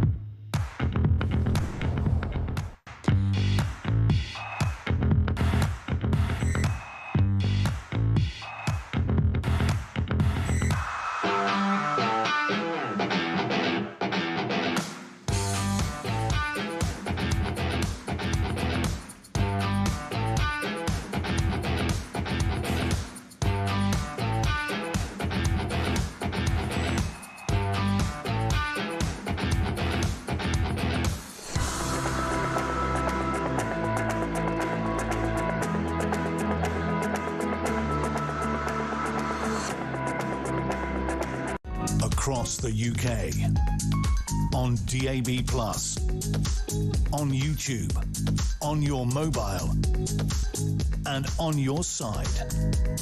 This is Talk. Well, hello. Hello, welcome back. Let's get a few messages done, shall we? So we clear the decks for some more. Jason from Preston says, I love this one. Why don't we put Harry and Meghan in one of Angela Rayner's new travellers' sites? They seem to like moving around a lot. Ha ha. Well, the problem with the new travellers' sites is they don't move around, do they? They just illegally break into a field, concrete it over, and then say, we're here now. You try and get us out again. Dear Alex, or hey up lass, I'm a Yorkshire bloke, I'm a Reform member, ex-Labour back in the day. People should be open enough to change parties and political points of view because hopefully we should all live and learn. Unfortunately, I've learned that the Conservative Party would betray us again. By the way, I think you're smart as a fox and as beautiful as an English rose. But don't let my kids know because they're probably older than you and I don't want that on my rap sheet. Thanks. I don't really know how to react to that, but hey. Right, good morning, Alex. Lovely to see you on a Monday. Thank you very much. Lovely to be here. I'm sick to the back teeth of people knocking Nigel Farage and Reform, saying that they couldn't govern the country. We know for sure that the Conservatives failed. We know for sure the Lib Dems failed. And we certainly know for sure that Labour are failing us every day. Reform need to be given a chance to show us what they can do. We need a leader who has courage and who cares about us and our country. That leader is Nigel Farage. Come on, people, get a grip. Your comments about migrants earning £1,000 a month with everything else paid for is my biggest gripe. I don't receive a £1,000 state pension, and that's after 43 years of contributions. That's Dave in Dorset. This is what I said. When you look at the median wage of someone from Sudan, it's about 900 quid a year. So imagine that is how much you could earn tax-free a month in the United Kingdom. You're not in your mud hut anymore. You've got television with Netflix, you've got a smartphone, you're in a hotel, you're getting free food. What's not to like? This is why we have to do what Sweden have done. We've got to get rid of all of these incentives. Like I said, you're not allowed in private housing. You're not given permanent residence. You're more likely to be deported. Your smartphone seized to find out if you've been chucking away your identity papers. And as a result, guess what? Compared to 162,000 asylum applications in 2015, this year it's down to 4,000. Be more Sweden, although Sweden really have messed themselves up in one hell of a way. You just have to look at Malmö, that place is a ghetto. Right, now, free speech under attack is our next topic. Because apparently most Britons think their rights to free speech have been eroded by Labour in the 2 years since the election. That's according to a poll where 51% said their confidence in the government to protect their right to express their views, even if it disagrees with them, has worsened over the past 2 years. Well, let's speak now to Ben Jones, author of Island of Strangers, Diversity, Decline and Free Speech in Crisis. Ben, I mean, look. We know after the Southport riots, when people like Lucy Connolly were banged up in prison, that's it. We're not allowed to say what we want to say. We know about the non-crime hate incidents, which apparently now have been banned. And we know that under this Labour government, particularly with those peculiar, quite harrowing, sinister televised trials after Southport, that the government really didn't like us disliking what they were up to. But I think the problem dates way before the last 2 years. What do you think? I think that multiculturalism is coming unstuck, and I think that an increasingly authoritarian model of government and of policing is being used to try and hold it together and suppress dissent. Taking the point from 4th of July 2024, the election of the Labour government, then of Keir Starmer, at the Free Speech Union, we've seen a huge increase in the number of requests for help that we get, 170% increase in those 2 years and 2 months. And when you look at the granular detail of what we're seeing, we've moved from dealing overwhelmingly with employment cases. I mean, we still get a huge number of those, but there have been huge increases in police cases and cases concerning the criminal justice, and those types of requests for help coming to the Free Speech Union are up by almost 500% in just 2 years. How many cases then are you sort of dealing with per year now? Well, just over the weekend, 10 new requests for help have come in. 10? And just 10. Over the weekend? Which is quite typical. And bear in mind, of course, it's August, people are on holidays, universities are closed, you think it might be a bit quieter, but not a bit of it. That's not unusual at all. And in any typical week, it can be anywhere from 40 to 70 new requests for help. And we have about 300 open on our books right now. We've got 15 staff just working on dealing with these cases to make sure our members get the help they need. It is absolutely astonishing and tragic, frankly, that you guys have to exist. I mean that in the politest possible way, because it is dystopian that many people are having to come to you saying, well, we've lost our jobs, or we're being arrested, or we're, you know, being told that whatever it might be. What are the most disturbing cases you've covered? Well, one at the moment that's on our books is the case of Stephen Gray, a former police officer who posted a joke on social media in which he said that people who eat bacon have a lower chance of marrying a 9-year-old. Obviously, some people find that offensive, some people find it very amusing. And he was fined £1,000 for that because it was deemed to be grossly offensive. And we are currently helping him overturn that. And we have a crowdfunder on our website to appeal against it. I think in general, Stephen's case is indicative of what we are seeing, which is an onslaught of cases related to Islam, blasphemy, in the most provocative instances, people who've burned Qurans, and we've defended many of those individuals successfully. And there is this huge sensitivity, and I think that's what this poll is picking up around Islam, immigration, multiculturalism, race, and it's those subject areas where we're seeing big increases at the Free Speech Union, a 10-fold increase in cases concerning immigration, for example. I mean, my impression is certainly sort of, you know, materially under this Labour government, it's very clear that things have got fairly dystopian. But I cast my mind back to 2016, the Brexit referendum, where, you know, even if people aren't being directly punished, having the police called on them or being fined for something they've said or believe in, without a doubt, in my opinion, if you were a teacher in a staff room who supported Brexit, you could bet your bottom dollar you weren't going to be promoted to become head of department. That actually a lot of people's lives on the right wing have been very materially, deleteriously affected by the sort of, like, you know, the systems we have in place where we're seen as untouchables. Absolutely. And I think the most chilling thing about life in modern Britain today, and it's true of other English-speaking countries and other Western countries as well, but we're not dealing with traditional 20th century authoritarianism where you have speech codes imposed by the state. We are dealing with that. We're dealing with prosecutions, but we're also dealing with all this coming from employers, perhaps from your social network, your friends, even from your family in some of the cases that the FSU has dealt with. And so it's this pervasive 360-degree authoritarianism coming at you from many parts of your life. It's not only coming from the state, but since the election of the Labour government, as I said, the cases that we've dealt with involving the state and the police particularly have become far, far more numerous.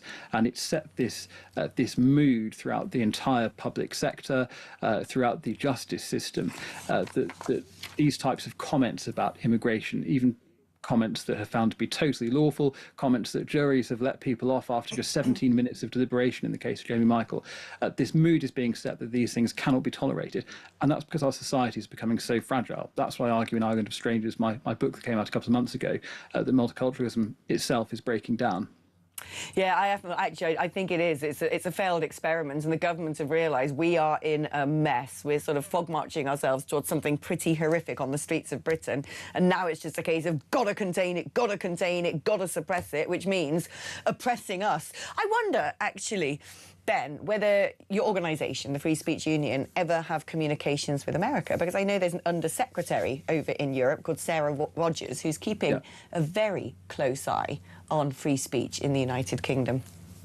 Yeah, we do. And there was an FT expose about us a few days ago, which revealed the fact that we have, on occasion, lobbied American officials, and we'll keep on doing it. Free speech in Britain is in an absolutely terrible state. We're a free speech campaign group. We will do absolutely everything that we possibly can to protect freedom of speech in this country and to restore it. Absolutely, you must. And we're talking about the NGO Care for Calais before, who, in my mind, directly basically aid and abet one of the most disgusting, harrowing, evil, wicked international crimes, which is human trafficking, and they get to operate. So more strength to your elbow, I would say, Ben. Thank you ever so much for joining us today, and keep us updated. I am absolutely astonished. 10 new cases just over the weekend alone. That is the state of our nation, and it cannot continue. Right. I've got to continue, though, but I am going to take a short break now. I'm going to sip on my zero sugar Fanta, try and clear my throat, because on the other side of that break, we're joined by the fantastic Emma Trimble from the New Culture Forum. And we're going to be talking about, guess what, talking about free speech when it comes to the definition of Islamophobia. Well, it's being suggested that the government was secretly lobbying the Equalities Watchdog to adopt its new definition of anti-Muslim hostility, despite the Equalities Watchdog saying, we don't think we should be doing this. Why are they so obsessed with this? Maybe it's because they want the Muslim vote. Well, here's a message to you, Labour. You probably aren't going to get it. We're discussing that after this.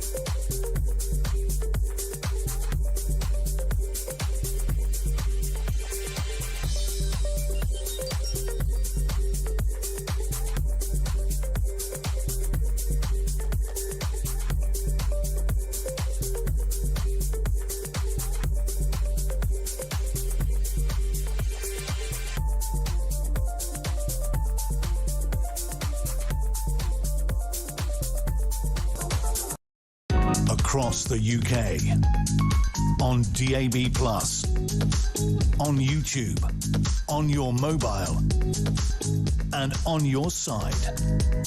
This is Talk. I hate this government. I really hate them. What are they doing to this country? Here we go. Big article in The Times today that the government secretly lobbied the EHRC, not to be confused with the ECHR, which is the European Convention of Human Rights. No, this is our very own Equality and Human Rights Commission, who by and large are relatively sane. They're the ones who decided that, guess what? Being a woman is a biological thing. Good on them. But they also turned around and said, we don't want your definition of Islamophobia. This is not how things are supposed to work in society. But did the Minister of Housing, Communities and Local Government listen? No, she did not. Apparently, she's been secretly lobbying the Equalities Watchdog to adopt this new definition. Let's speak now with Emma Trimble, Senior Fellow at the New Culture Forum. The thing is, Emma, is this. It seems to me that there is a bit of a sort of production line here, which comes from organisations which are hostile to the British state and very well funded by certain Muslim entities. And I'm thinking particularly about something like the Muslim Brotherhood. And what they seem very adept at doing is, number one, they love a grievance narrative. They adore a grievance narrative. Poor Muslims, we're being persecuted. And this is what they then use to try and demand more and more and more from us. We need Sharia law. We need this. You can't criticise that. We're going to have our prayers in the open air, etc. They're very, very good, these organisations, of developing a grievance narrative, setting up various charities, community leaders, spokespeople. Then the next level is they try and get into positions of political influence, local councillors, regional mayors. Then, of course, they pop up in Westminster with their pro-Gaza political parties. And if the Labour government thinks that it's doing this country a favour or themselves a favour by pandering to these people, they are not. This is dangerous. Tell me what you think. So firstly, you're right in describing this kind of ecosystem that we have allowed to develop here in the UK. But what is happening here, or what is being reported in the Times and has also been reported elsewhere this week, it sounds so incredibly dodgy. There's no other way to describe it. It looks as if if we remember back to before the pandemic, Labour actually were the first one of the first organisations to adopt, when they were still in opposition, this very, very bad, dangerous definition of Islamophobia that would have been extremely restrictive on freedom of speech. It would have been straightforwardly a blasphemy law by the back door. The Labour Party actually adopted that right off the bat. And fast forward to now, what we're seeing is, obviously, there's been a lot of pushback against that because that definition would have been so restrictive on freedom of speech. They tried to rebrand it by just renaming it as an anti-Muslim hate definition rather than calling it an Islamophobia definition. But as you say, not only has Angela Rayner's department been lobbying the EHRC, always need to make sure I get those letters in the right order, lobbying the Equality and Human Rights Commission to try and get them to adopt this definition. But we've also seen this week that that department has destroyed the evidence of the submissions that were made in the drafting of that definition. So Nick from the Conservatives has been trying to find out who is it that made submissions to this definition in the first place, because the EHRC weren't formally invited by the department to contribute to the drafting of that definition. And it's been reported this week, actually, that although the organisation hasn't been named for legal reasons, presumably the paper is worried about being sued because these people could be so litigious, that apparently an extremist organisation has been open about the fact that they did give a submission to this definition, and that they were trying to get the government to adopt the old definition, the bad Islamophobia definition that they had previously adopted. So I think Nick Timothy is right. This is starting to look like a cover-up. The government are using data protection as an excuse for not being transparent about who has contributed to this definition.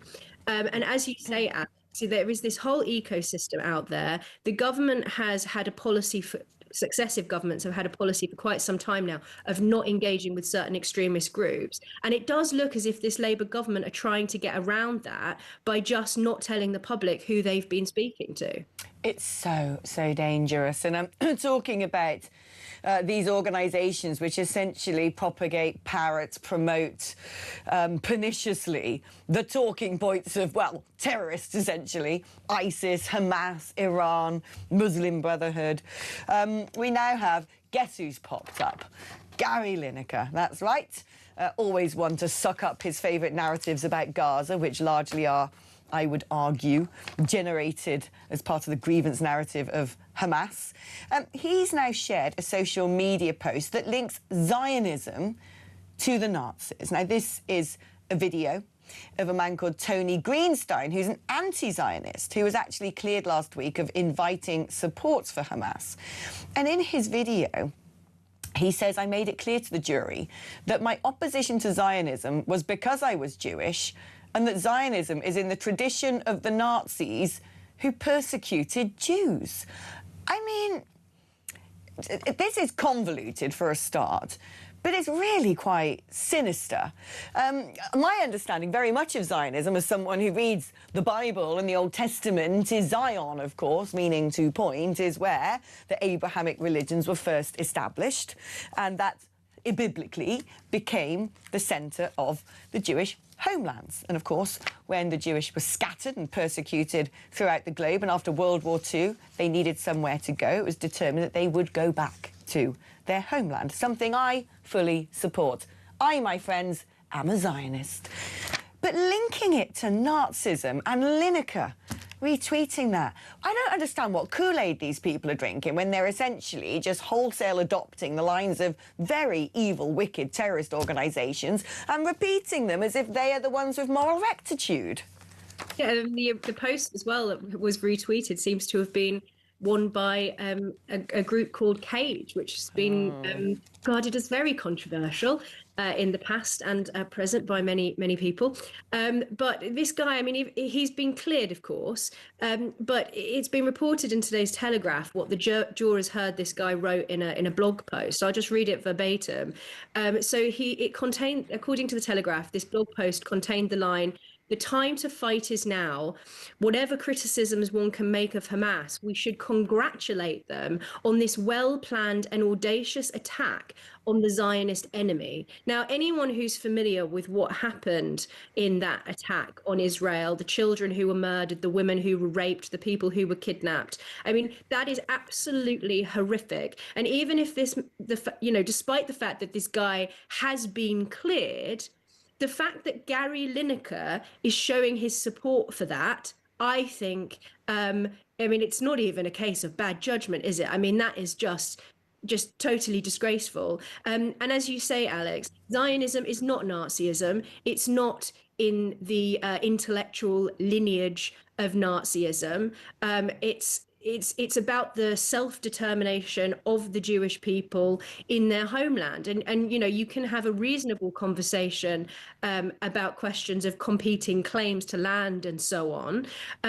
But to deny the right of the Jewish people and the Israelis to self-determination in their own homeland. I mean, look at so many other countries that have been formed around the same time or after Israel's founding. We're not questioning their right to exist, are we? So I find it completely appalling. And also just simply misleading to call Zionism Nazism. I don't understand. We're just having a conversation about free speech and the Free Speech Union having 10 cases every weekend, people clamping down on very simple things. And yet, when it comes to supporting Hamas, oh, don't worry, that's protected by free speech. Off you go. You can do that. And I just, I've been to Israel. It's an amazing country. It's a tiny country. In the grand scheme of the entire globe, it's a speck of dust. Why can't they have it? Why can't they have it? Because a lot of Muslims want to kill them all. That is what is at the bottom of this. I'm not saying all Muslims, I'm not saying a majority, but there are plenty of people out there, especially mad mullahs, who want to wipe Israel off the face of the earth. And I just can't understand how anybody in their right mind in Britain thinks that's a sensible position to back. I just make it make sense, Emma. It's evil. Let's talk about this. Make this make sense. Because apparently police officers who identify as gender fluid have been issued with both male and female warrant cards, allowing them to use different identifications. Leicestershire, Norfolk and Suffolk police confirmed they'd issued more than one identity card to officers to reflect different genders. What? I just feel like we've gone clinically insane in this country, Emma. What? Can't make that make sense, Alex. I just simply can't. It looks like this is some advice that came off the back of some old report or guidance that was done in collaboration with another controversial organisation, Stonewall. And that guidance seems to have since been taken down from the NPCC's webpage.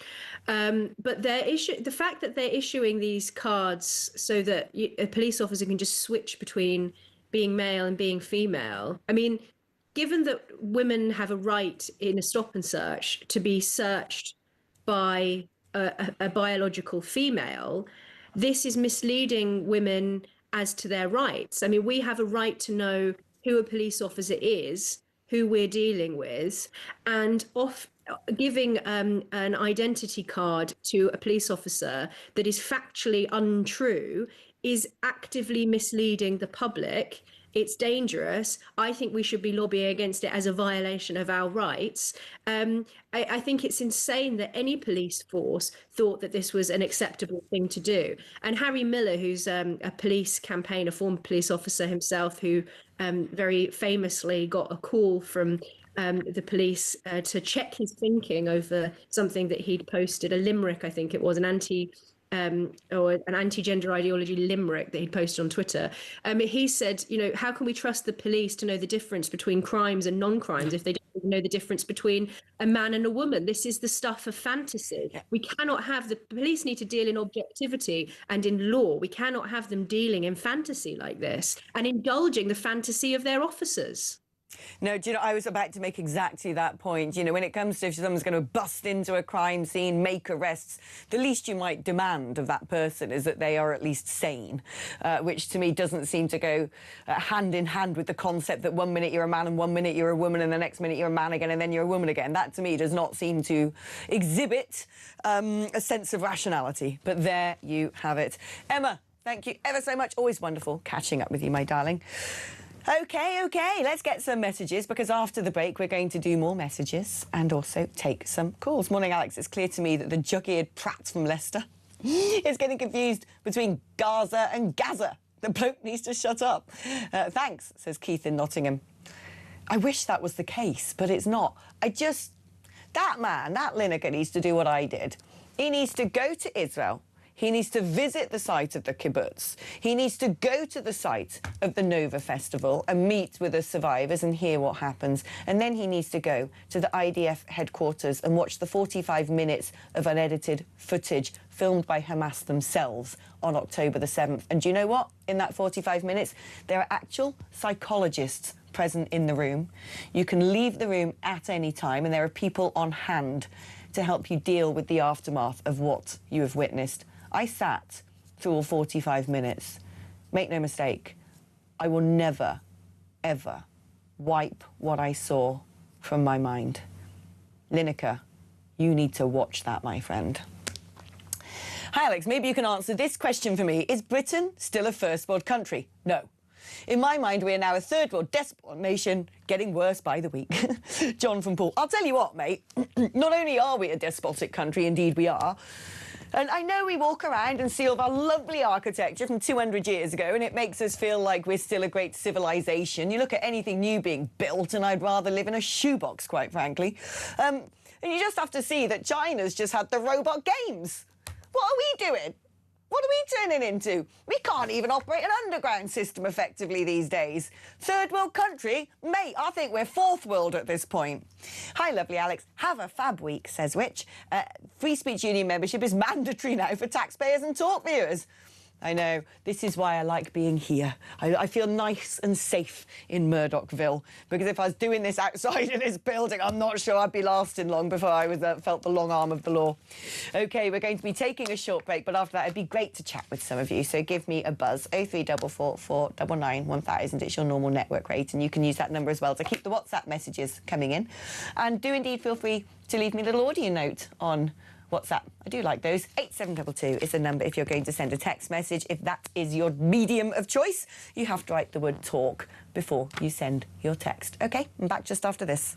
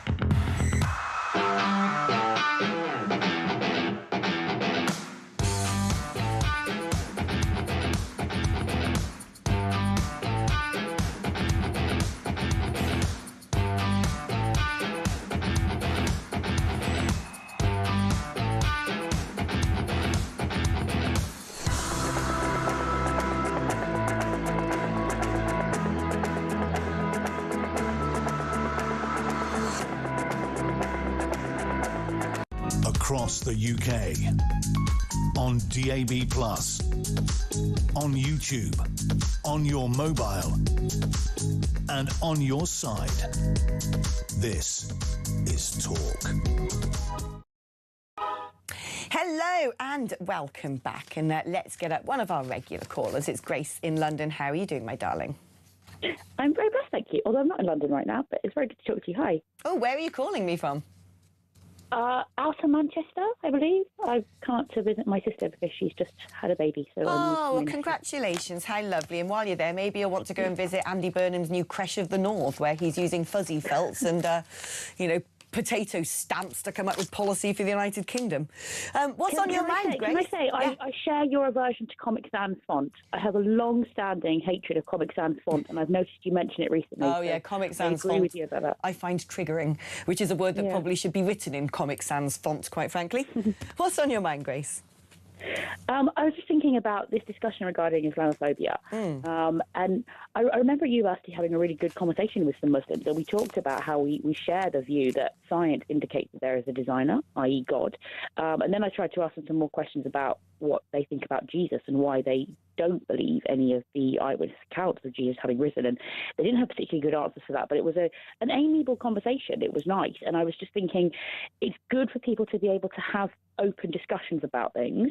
And if there is a God, and if there is a metaphysical reality to Jesus, I think we need to be able to talk about what we believe in openly. If Muhammad were to have been telling the truth, then people should be able to defend that and explain why they believe that to be true, rather than just being offended if people disagree. And so when people disagree with Christianity, I don't like it, but I don't worry about it because I know what I believe to be true. But also, it's because the Bible says quite a lot, doesn't it? You probably will be persecuted for spreading the good news. You're probably going to be treated differently to everybody else. Your life could be endangered being a Christian, but don't worry.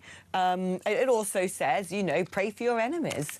And that is the big difference, isn't it, between the two religions? It's interesting. Just on Saturday, actually, I was passing through Trafalgar Square outside the National Gallery, and there was a little stand there of a man, very pleasant, friendly man, handing out Qurans in English. And I thought, OK, I'll get one of those. I've got one at home anyway. I always think it's interesting to study the religious texts of other religions. I indeed have copies of the Bhagavad Gita, the Upanishads, all sorts of things. Even got Mao's little red book, me.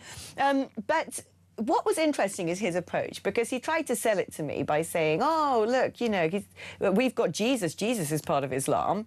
But, of course, he wasn't really a Messiah. He was just a prophet. And I was like, I'm a Christian. He was the Messiah to me, my friend. And it was this really, I just felt like there was a deliberate targeting of trying to convert Christians to Islam, pretending that, oh, it's all the same thing. Oh, we all agree in the same. Oh, we also love Moses and Abraham and Jesus. Come join us instead. And I was like, not on your Nelly, son, but I will take your free copy of the Quran and read it at my displeasure later on. Grace, thank you ever so much. Always fascinating chatting to you, my darling. Enjoy Greater Manchester, and our congratulations from the Talk family to your sister's new baby. Let's speak to Caroline in London. Hi, Caroline. Hi, Alex. How are you? A bit under the weather, but fighting through it. Oh, sorry to hear that, darling. I wanted to just bring something up, and I'm not quite sure if I can mention the name, but I listened to an interview, very interesting interview yesterday by somebody who does know a lot and who has spent a lot of time in the Middle East.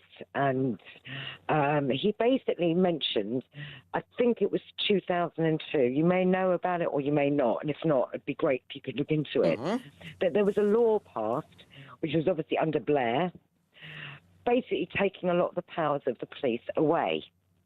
Okay. And some of the interview was about the grooming gang. So the interviewer asked a question, how is it possible that every police force in the country has covered this heinous crime up for 20, 30, 40 years, however long? And the person said, because of this act, that the police would have had, each police force would have had to go to the authorities, i.e. the council or something, to say they're going to investigate it. And if they didn't agree, I mean, these are my words, okay, so don't take that they can't do it. And I was absolutely horrified. I've never heard that before. I've never heard anyone talk about it on Talk. So I just wanted to bring it up.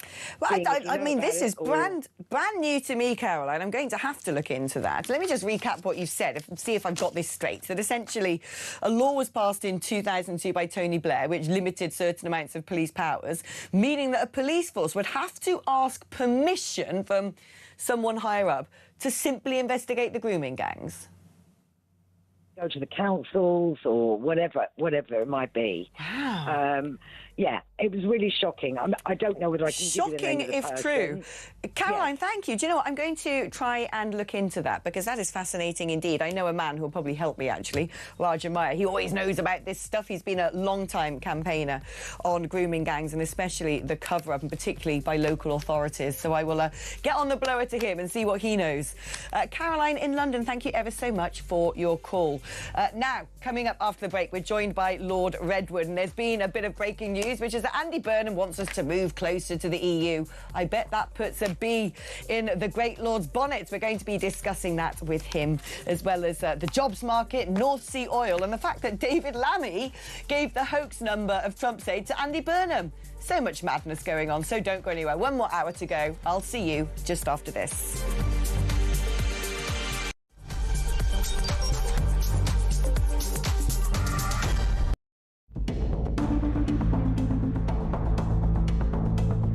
It is therefore my honour to declare that the duly elected leader of the Labour Party is Andy Burnham. Thank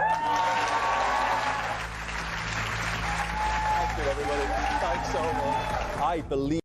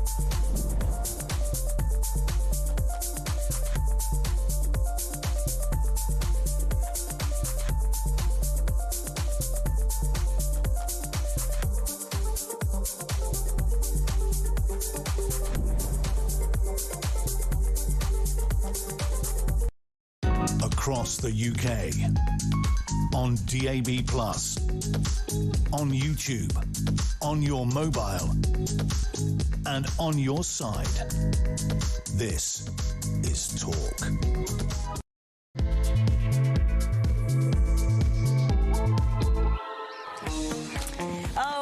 Welcome back to the show. We have got a whole host of fresh stories for you in this hour. We're going to be talking about the fact that 100,000 jobs are set to disappear because we're no longer drilling in the North Sea, directly connected to North Sea oil and gas. 100,000 jobs. Madness. And we're also going to be talking about how graduates are facing the worst jobs market on record. I mean, Elon Musk, there's a video of him sort of flying around on X at the moment where he seems to be suggesting that in as little as 3 years' time, most of the jobs are going to be done by AI. I mean, I often wonder this myself, with kids going to university, doing law and stuff. It's like by the time you graduated, you might have been replaced already before you've even begun. I have no idea what the future holds, but I'm pretty alarmed by it, especially the AI stuff. But before that, it was always going to happen, wasn't it? We can't get what we want. Democracy's dead. We live in a despotic fourth world country, as Andy Burnham has happily just reminded me, because he has said that Britain must be bolder to get closer to the EU. He said he'd like to rejoin the EU. He told Antonio Costa, the president of the European Council, that he really wanted to snuggle up, had to be bolder in terms of getting close to the bloc. He promised during these discussions with senior EU figures to forge deeper relations on education, culture, defence and security. How dare you? How blimmin' well dare you, you little nasty, anti-democratic piece of work. First of all, you think you can go move your operation up to Manchester, away from Parliament, away from the lobbyists, away from the journalists, away from fellow parliamentarians, away from accountability. And then you think, oh, the Brexit referendum in 2016 doesn't matter. I know best. I think that the bureaucrats in Brussels should be deciding what's in our education system, what's in our culture and defence. Don't get me started on PESCO. It is the greatest threat to NATO. Would you really trust the apparatchiks in Brussels, the commissars, who nobody knows who they are, people in the European Parliament who have been busted for taking handouts from countries such as Qatar? You want them running our foreign policy, deciding where our troops are deployed, determining how the production line of weapons works, undermining our relationship with our greatest ally, America, and all this dross about culture. I'll tell you what the EU's culture is: to destroy its own culture. And that's been the case for decades now. You awful, vile, treacherous little creature. Right, talking about Andy Burnham, let's see what Lord Redwood thinks about that, because I'd imagine it's probably fairly similar to me. Here you go. As day follows night, it was predictable. Off he goes to Brussels. Please, can you run us again? Because I'm only good enough to cut ribbons. I'm a little idiot who's represented by an emoji. I can't do the job of Prime Minister. We need you to control us. Well done, Alex. You've made my comments redundant, really. You've put such passion into it. It's pathetic, isn't it? Here is a man who's sort of trying to create a new job of Mayor of England, going around cutting tapes and trying to do something about bus services in Wolverhampton. And he doesn't seem to understand he's got this great job, and he and his party promised us growth and more jobs and more prosperity, and they're doing everything in their power to do the opposite, and he pretends he doesn't see what's going on or he doesn't understand it. I mean, he's got to be told very simply that the single market slowed us down and got in our way. And he won't take it from me, but he could read Mr. Draghi, who used to run the European Central Bank and has written a blistering report for the EU saying it's your single market that's getting in the way. That's why America is so much richer than the Europeans. That's why America is growing twice as fast as the EU or the UK. It's all the regulations, it's all the high costs, it's the dear energy, it's the carbon taxes. They've got to dump all those, Alex. And instead, this dreadful Prime Minister wants to sign us up to even more of them. He wants us to pay more carbon taxes, not less, when we're closing all our factories because energy is too dear. But some of this stuff he's talking about that he wants to have deeper relations in is the stuff I personally find the most egregious. Education, for example. We know how much red tape the EU applies on university research. We should be having some of the most innovative academic institutions. The reason we don't have .com this, we haven't invented a Google and all the rest of it, is because of the EU going, oh, you're not allowed to clone that, you're not allowed to put that in that Petri dish. Then with culture, the EU love all this trans madness, they love multiculturalism, defence especially, as well. That is so dangerous. I have spent a long time looking into PESCO and quite how horrible it will be, how it will undermine Five Eyes, how it will undermine NATO. And you cannot trust anybody in blimmin' Strasbourg or Brussels to even make a good cup of tea, let alone tell us where our troops are deployed, let alone tell us how we should manufacture weapons. When Russia invaded Ukraine, Germany tried to stop everybody from giving them weapons. And we suddenly want Berlin to tell us what to do in a war zone? It's mad. Well, it is mad, and of course they want our money, and the defence deal hasn't so far materialised because the EU wanted so much money just to allow some of our defence companies to bid for contracts on the continent. At a time anyway, you'd have thought, when our main contractors are so busy with the growing British programme, and when we ought to be talking about spending what money we've got on defence, not on gifts to the EU, but on more weapons and more troops for ourselves. But your education one, and they've already given away something very important to Britain. They've given away the Turing scheme, which was British money going to British students to go to universities, not only in the EU, but around the world, so they could go to some of the best universities in America, for example. And they're going to replace it with Erasmus, where we have to pay 8 times as much. Most of the money goes to EU students, not to UK students. And UK students will no longer be able to get any money to go to a university outside Europe. Worse, worse, worse, Prime Minister. And where is the extra 700 million coming from, Prime Minister? Who are the mugs who've got to pay that tax in order to reward EU, not UK students? Oh, you're right. Many of the EU students who get student loans, they never pay them back. We have to pay all that money out. And you're right. This is all about them being able to access our brilliant academic institutions. We've got like 25 in the UK, in the world's top 100. And when the Turing scheme, which was brilliant, was set up, guess where all the English students wanted to go study? Oh, yes, English-speaking universities. Quelle surprise. Wicked. The man is a monster. Right, let's talk about this. Talking about students, graduates are facing the worst job market on record. Vacancies have essentially gone because of pressures from taxation on the workforce, increasing minimum wage, employers' national insurance.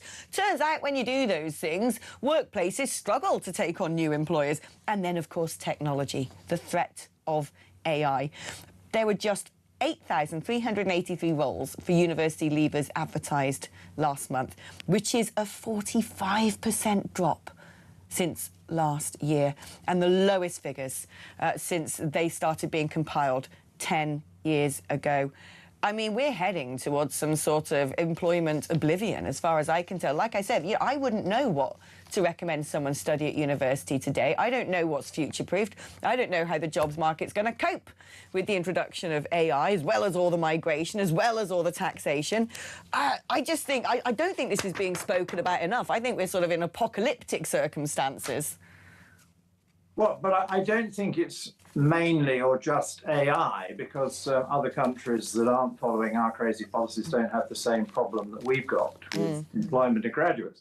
I think it's entirely predictable, and indeed quite a lot of us, probably yourself as well, did predict it when they put that big job tax on with the national insurance, when they put the minimum wage up without asking employers how affordable it was, when they put those big increases through on business rates. And a lot of young people get some of their first job opportunities in areas like hospitality and retail and on the high streets. And that has been the centre of this blizzard attack by Rachel Reeves, now being extended by the new Prime Minister, on those businesses. So they simply don't have the money to employ the people. I don't think they're sitting there saying, oh, an AI computer has taken your job. I think they're saying, I'd like some extra staff, but I simply can't afford it. I'm not getting enough revenue in because people don't have enough spending power to enjoy all those things. And I got far too much money going out every time I employ somebody. And so it's the young people who are taking the hit, because they obviously cost you a bit more at the beginning, because you've got to train them and live with the fact that they're not very useful for a bit. And the employers are just saying, I'm now so overtaxed, I can't do that. I know, it's shocking. And do you know what is, I think, even more shocking? You'd think that a government's priority is protecting its people, giving them prosperity, security. And this Labour government, by their own estimates, right, the Department for Energy Security and Net Zero, have done a bit of research and discovered that their ridiculous self-harming religion of net zero will cost the United Kingdom 100,000 jobs by 2050.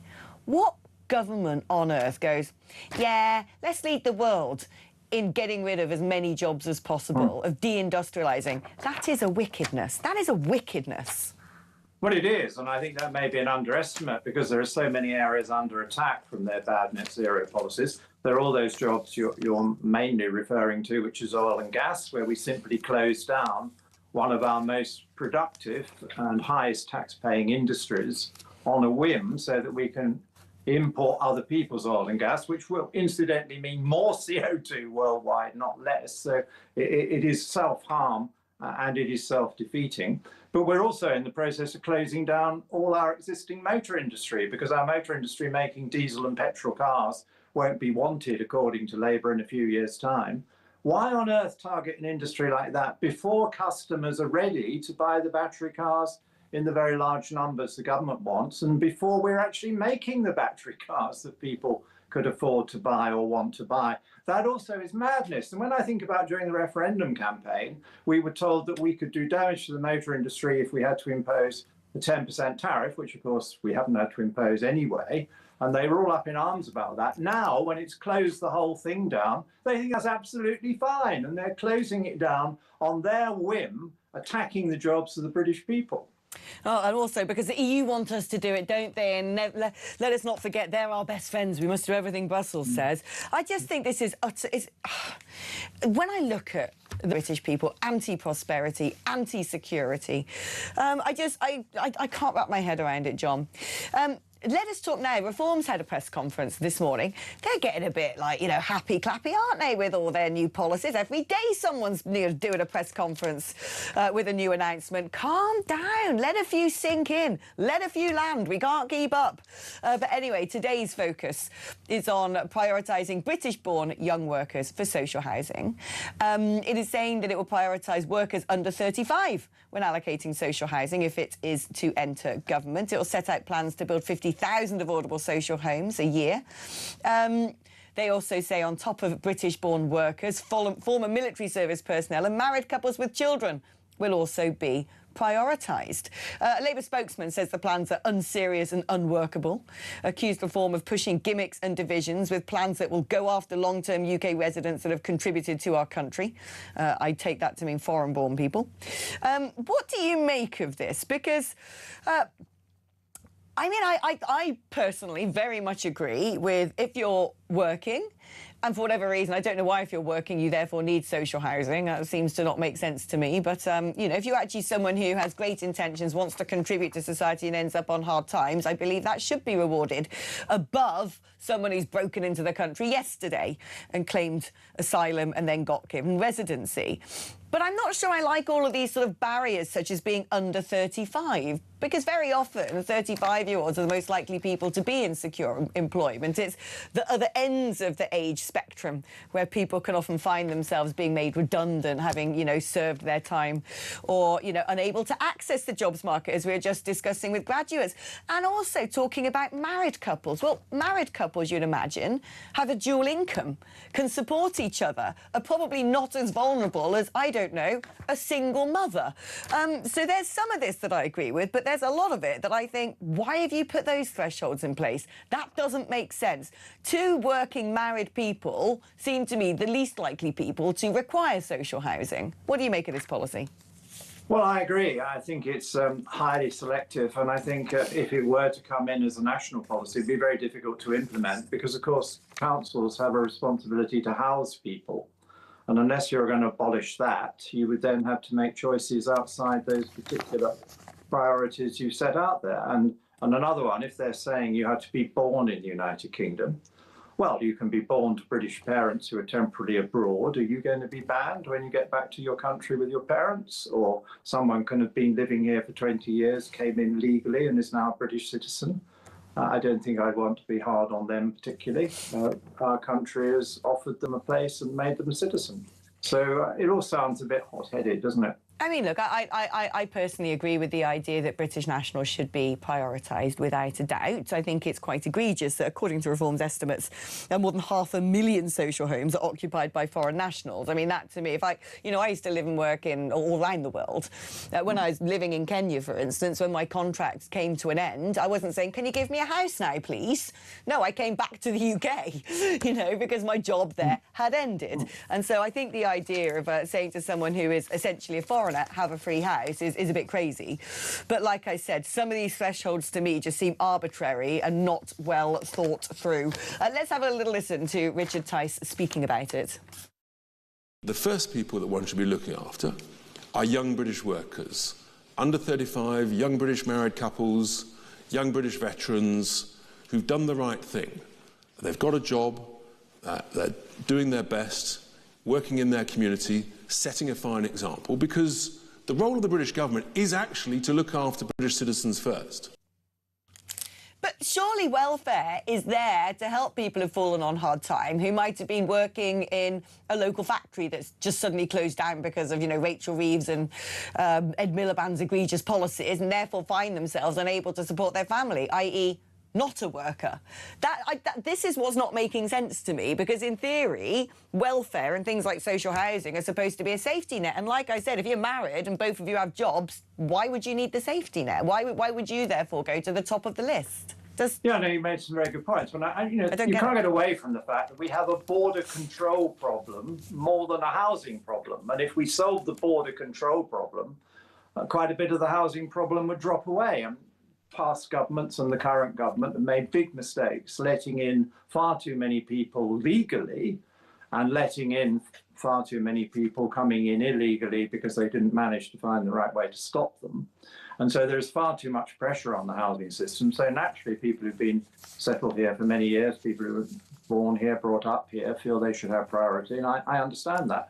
The thing to do is to stop the migrant flows coming in, and then you'll start to get some common sense in the housing market. But Mr. Tice will find out through his connections now in local government, where Reform has some responsibilities, that you can't not house people. There is a housing responsibility, and some of them will be people not in his favoured categories.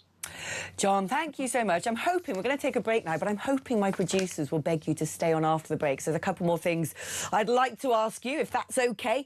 If he appears on the other side, we'll give him a round of applause. If he doesn't, we'll appreciate that and do some calls and messages instead. If you want to register your interest in chatting with us on the show today, the number is 0344 499 1000. It's your normal network rate. You can use that number as well to send me a WhatsApp message. 8722 is the number to send a text message. Write the word talk before you text. We're going to have a little reprieve now, but don't go anywhere because I'm not going to be very long. Back after this.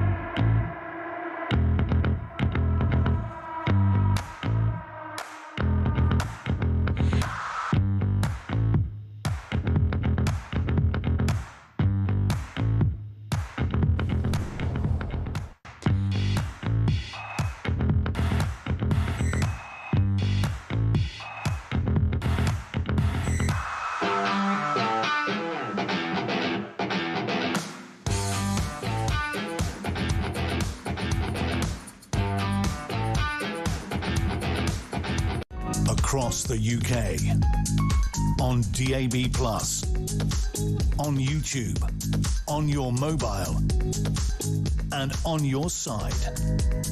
This is Talk. Hello, welcome back to the show, and I'm delighted to say that we have managed to detain Lord Redwood in the towers of common sense, well, virtually at least. Thank you for sticking around, John. Right, I want to talk to you now about the illegal immigration industrial complex. I mean, I was just looking at statistics in The Sun today about how much money we're spending ferrying people between detention centres, prisons, hospitals, back home. Unfortunately, we have to spend that money. It's going to cost us something to deport people, and at least it seems some sort of deportation's happening. But then I sort of look at things from another side, and I just feel we've got a problem, that we have now got an illegal immigration industrial complex. There are immigration lawyers making an absolute packet. There are people being able to roll the dice 2, 3, 4 times with the appeal system. Legal aid, of course. We're paying the taxpayer, both sides of that argument. You know, Mohammed versus the government or whatever it may be. And then, of course, you've got this peculiar emergence of all of these NGOs who seem to be, according to someone I was speaking to earlier, hanging around in Calais, tipping people off about how they can claim this or what they're entitled to, what their rights are, providing English language documents.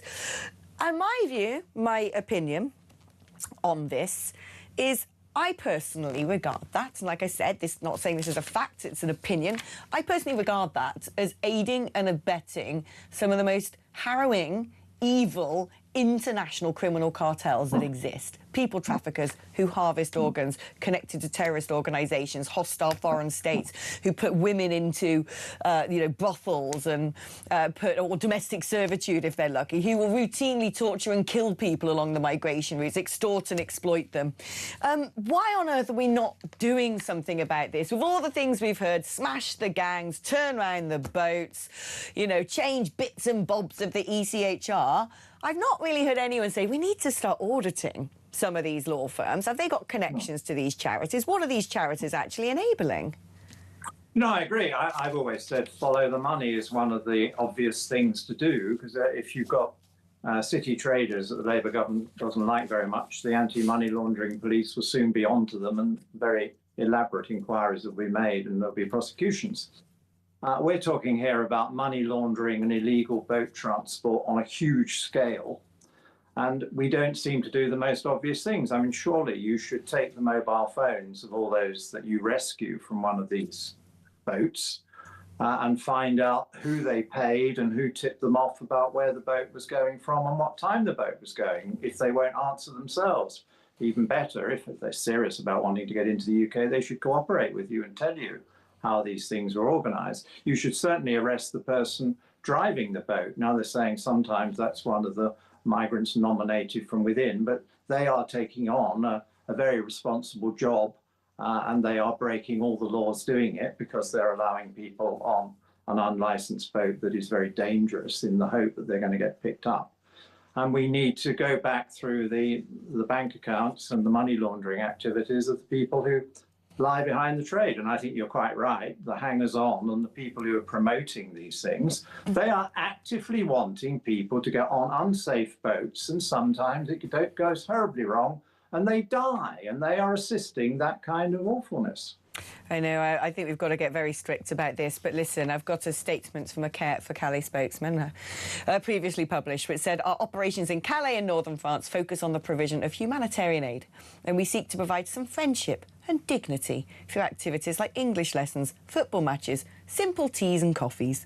We provide no assistance or encouragement to refugees in Calais and northern France with journeys to the UK. We do not want any individual to attempt to cross the channel in a small boat or attempt dangerous journeys by other means, lorries, trains, etc., as these journeys are life-threatening. Yeah, well, that's so contradictory, isn't it? Why are they in Calais? It's because they want to get on a boat. These people must understand that. If you make it easier for them to stay in Calais, it increases their chances of tracking down a boat and getting on it. So they are aiding and abetting, there's no doubt about that. Yeah, well, that would be considered logical, and unfortunately I don't think logic is reigning much when it comes to people enabling people, encouraging people or supporting people who want to illegally break into the country and pay a lot of money to some pretty evil cartels, hostile states and terrorist organisations. Talking about logic, that word is not often in the same sentence as David Lammy. Oh, I'm missing David Lammy. Bring him back. At least he was sort of light relief comic entertainment. Here's a brilliant version of Lamification. This is based on the story of Andy Burnham, who's been texting Susie Wiles, the President of America's Chief of Staff. We all know Susie Wiles. And so naturally, because she is the big powerhouse behind Donald Trump, it might make sense that our Prime Minister might be, I don't know, having a chat with her online. When's Trump available? These are the sort of things I want to discuss. No doubt extremely sensitive things. It could be to do with foreign policy. It could be to do with Russia, Iran. Who knows? Well, Andy Burnham might have thought he was texting Susie Wiles. He wasn't. He was texting Lord knows who, some impersonator pretending to be her. How on earth has that taken place? You'd think there'd be sort of official diplomatic means. You pick up the phone, so, or, you know, all your aides are listening in, it's going down in official communique. Well, that happened because David Lanny gave him the number. What has gone on here? I mean, what? There's madness, and then there's this. Well, it's sloppy, sloppy, sloppy. It's so amateur. It's unbelievable. When I was a minister, if I ever had to deal with foreign governments, I did it from my office through a proper line with officials listening in and a record being kept of what was going on, because you wanted to do the right thing for our country and make sure you didn't let our country down. And you had people helping you trace where the other person was, and they normally set up the call for you. And they had satisfied themselves first they were talking to the right person. And I just cannot bear it that somebody is that incompetent and that casual, trying to deal with the most powerful man in the world by dealing with his right-hand woman. I was just crazy. No, I agree with you. It's totally crazy. But like I said, the Mayor of the United Kingdom is good for ribbon cutting and probably not much else, as we're very quickly learning. No wonder he's gone off to hide in Kiev. It's so good to talk to you, Lord Redwood. Thank you for doing such a bumper stint as well. A whole half hour of excellence there. Now, I've got something to tell you about tomorrow. Not too much, because I don't want to give too much away, but I can tell you right now you're going to want to tune in. There is a massive exclusive that we are dropping tomorrow here at Talk. It's an Isabel Oakeshott exclusive, and it's big, and it's exciting, and it's very cool. So make sure that you are tuned in tomorrow to watch it. OK, before we go to break, let me do our housekeeping. Remind you, there's still half an hour if you want to get a message in. 03444 999 1000 is the number to call. And also to send a WhatsApp to 87222 if you'd like to send a text. Like the word talk before you type out your message. OK, we're going to be taking a short break. After that, we're going to be discussing, do you know what? If you disagree with the idea that all these inmates are being released early, rapists and murderers, terrorists, con artists, Lord knows who, just roaming around the streets, perhaps if you're a probation officer and you disagree with that, then you're going to, I don't know, add fuel to the fire by quitting your job. Apparently, that is what probation officers are threatening to do. We're going to end up in a hell of a mess. We're going to be discussing that and other stories with Danny Shaw, policing crime and justice commentator, after this.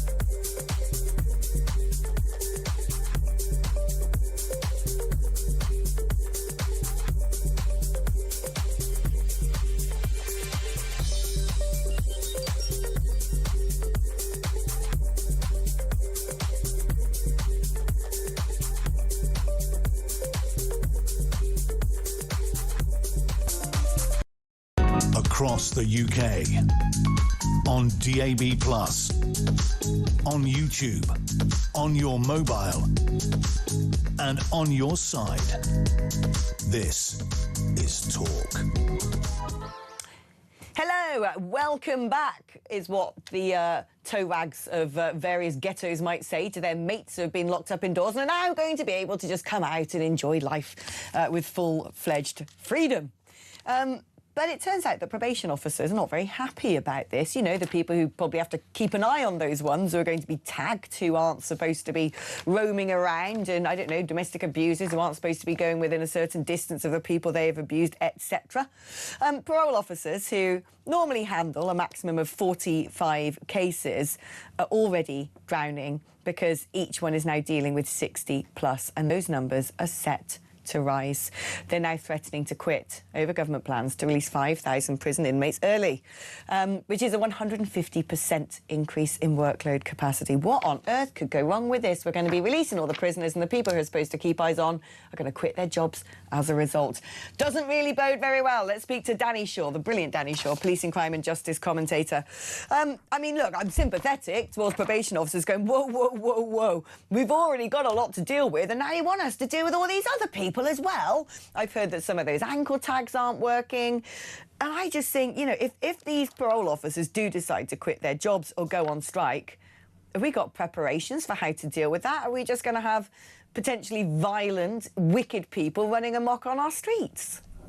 Hi, Alex. I'm not sure it's going to come to strike action. I don't remember, and I've been covering crime and policing for almost 30 years. I don't remember the probation officers union ever actually going out on a strike before. So I'm not sure it's going to come to that. There may be some kind of work to rule, that's possible, and that would cause serious problems.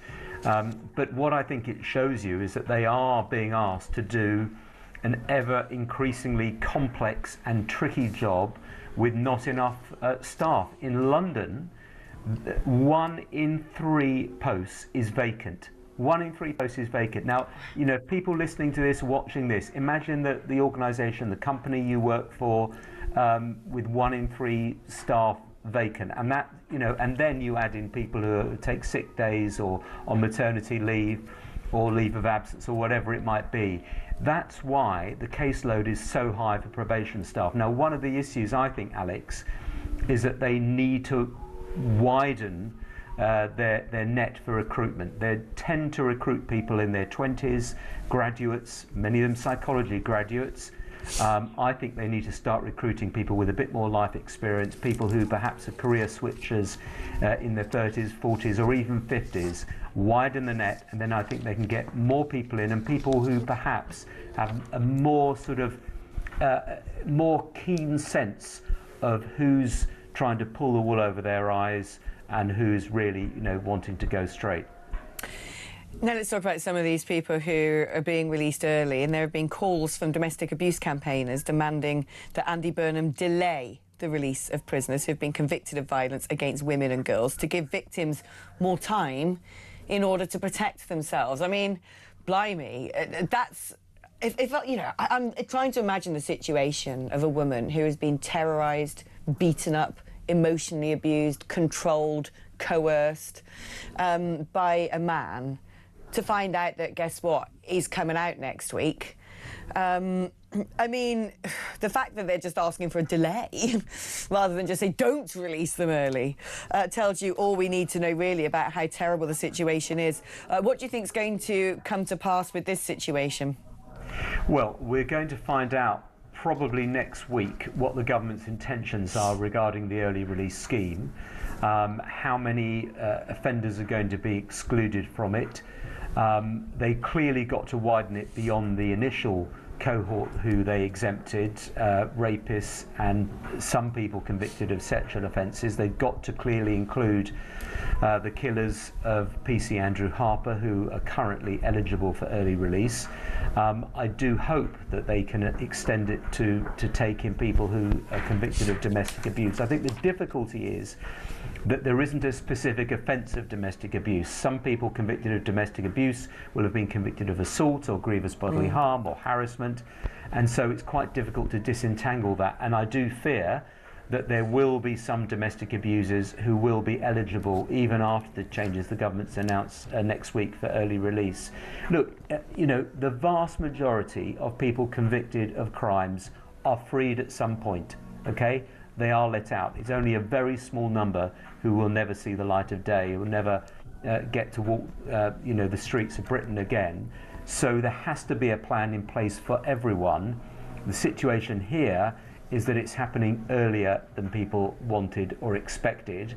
And if the measures mean that they have to delay it by a couple of months, so those protections are put in place, I would absolutely support that. How critical is the situation, Danny? Because all I keep hearing is, well, we've got to keep opening the spigot. The pressure's too high. We don't have enough spaces on our prison estate. So these next level of scumbags have to be released. Oh, wow, we've run out again. So an even higher level of scumbag has to be released. But what I've not heard anyone say is, don't worry, because by, 2 years' time, we're going to have this supermax prison, that massive new prison. All these new cells are going to be as part of the prison estate. It's all going to be taken care of. I'm not hearing that. All I'm hearing is let's keep releasing wrong-uns. Well, the idea was that there were going to be thousands released to create enough space for the next few years, and then in a few years' time there would be more capacity through new prisons being built. There is currently one prison being built in Leicestershire, Welland Oaks. I think that will be opened within a couple of years. There are 2 others in Lancashire and Buckinghamshire where planning permission, I think, has now been granted, but I'm not seeing any spades in the ground yet there.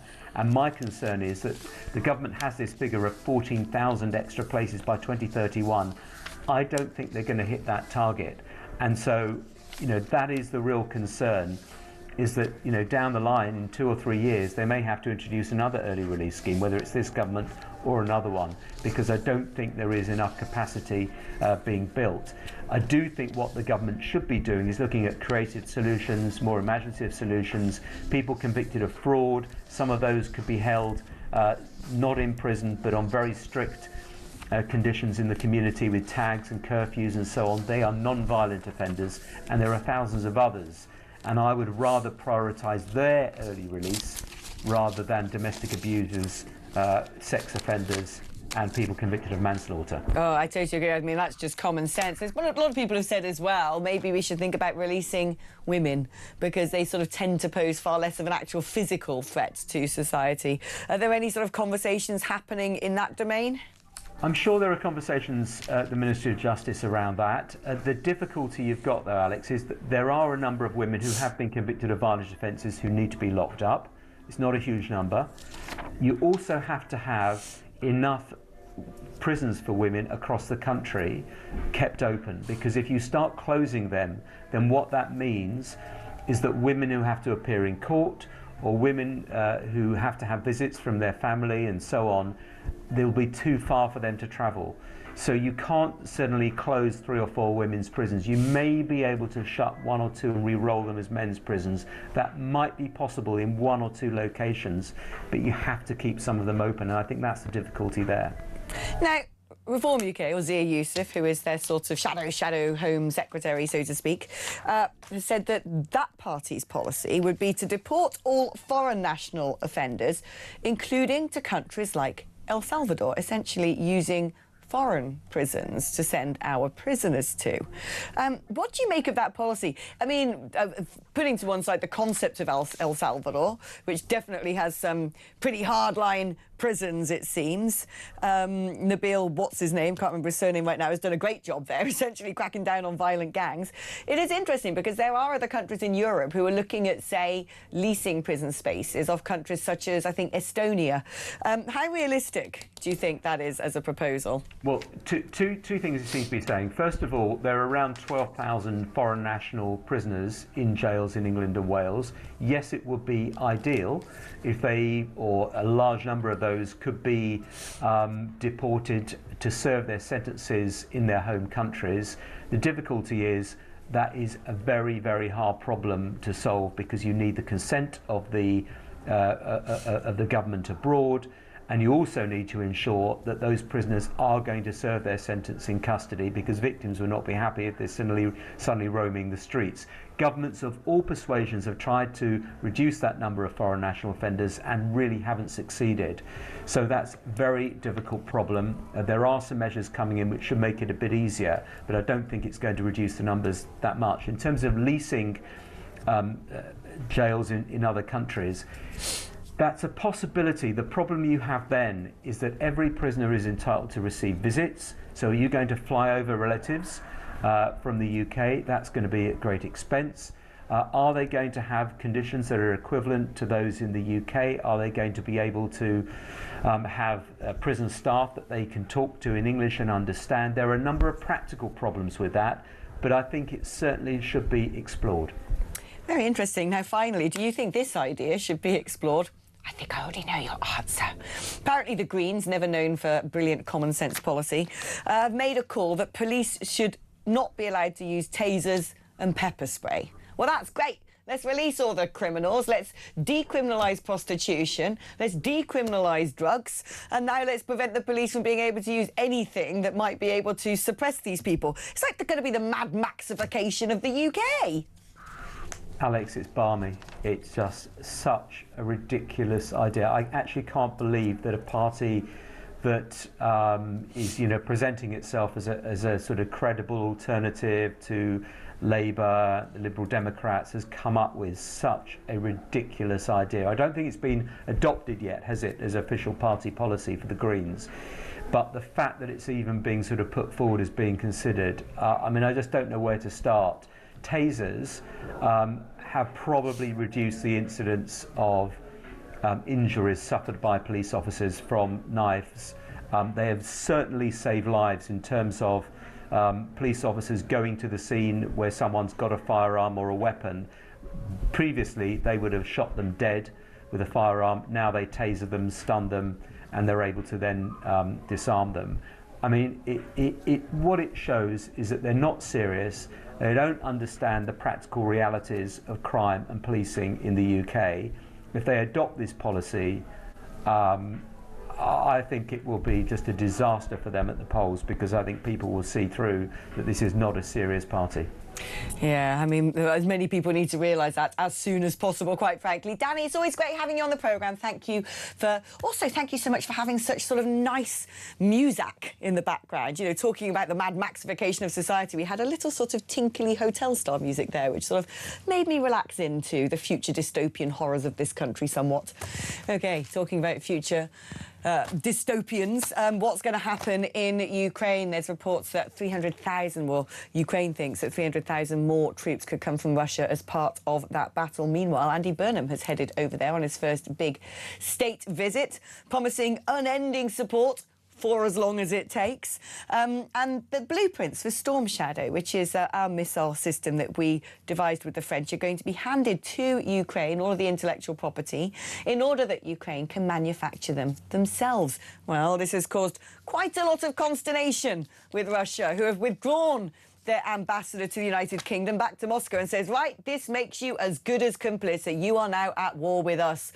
What's going to happen next? Well, we're going to be catching up with one of my all-time favourite journalists, David Patrikarakos, special correspondent at the Daily Mail, just after this.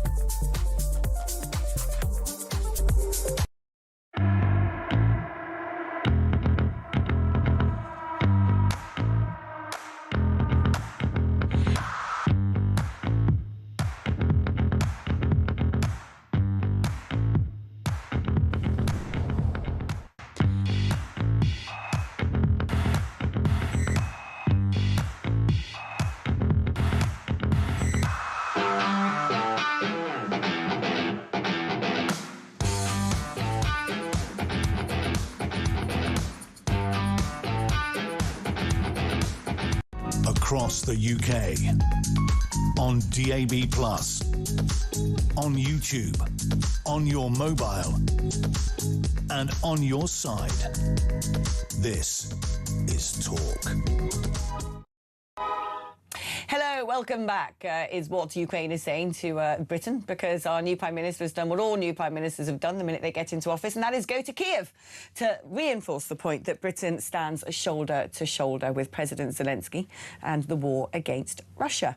And part of what Andy Burnham has gone over to announce as he chairs the very first, or his very first chairmanship of the Coalition of the Willing, set up with the UK and France, is that those two countries who make Storm Shadow missiles, which have a different name in French that I can't quite remember, manufacture them together. One particular production site is in Stevenage.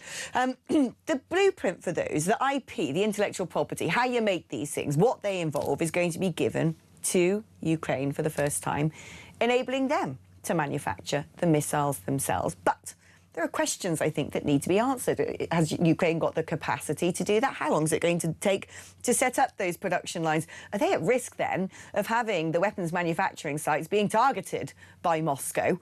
Because that's the sort of thing that happens in war, isn't it? But also, this has really upset Russia because, of course, they don't want Ukraine getting any help, and they're now directly threatening the UK and have withdrawn their ambassador back to Moscow. Well, let's speak now to David Patrikarakos, special correspondent at the Daily Mail, who knows everything about everything, which is why we get him on.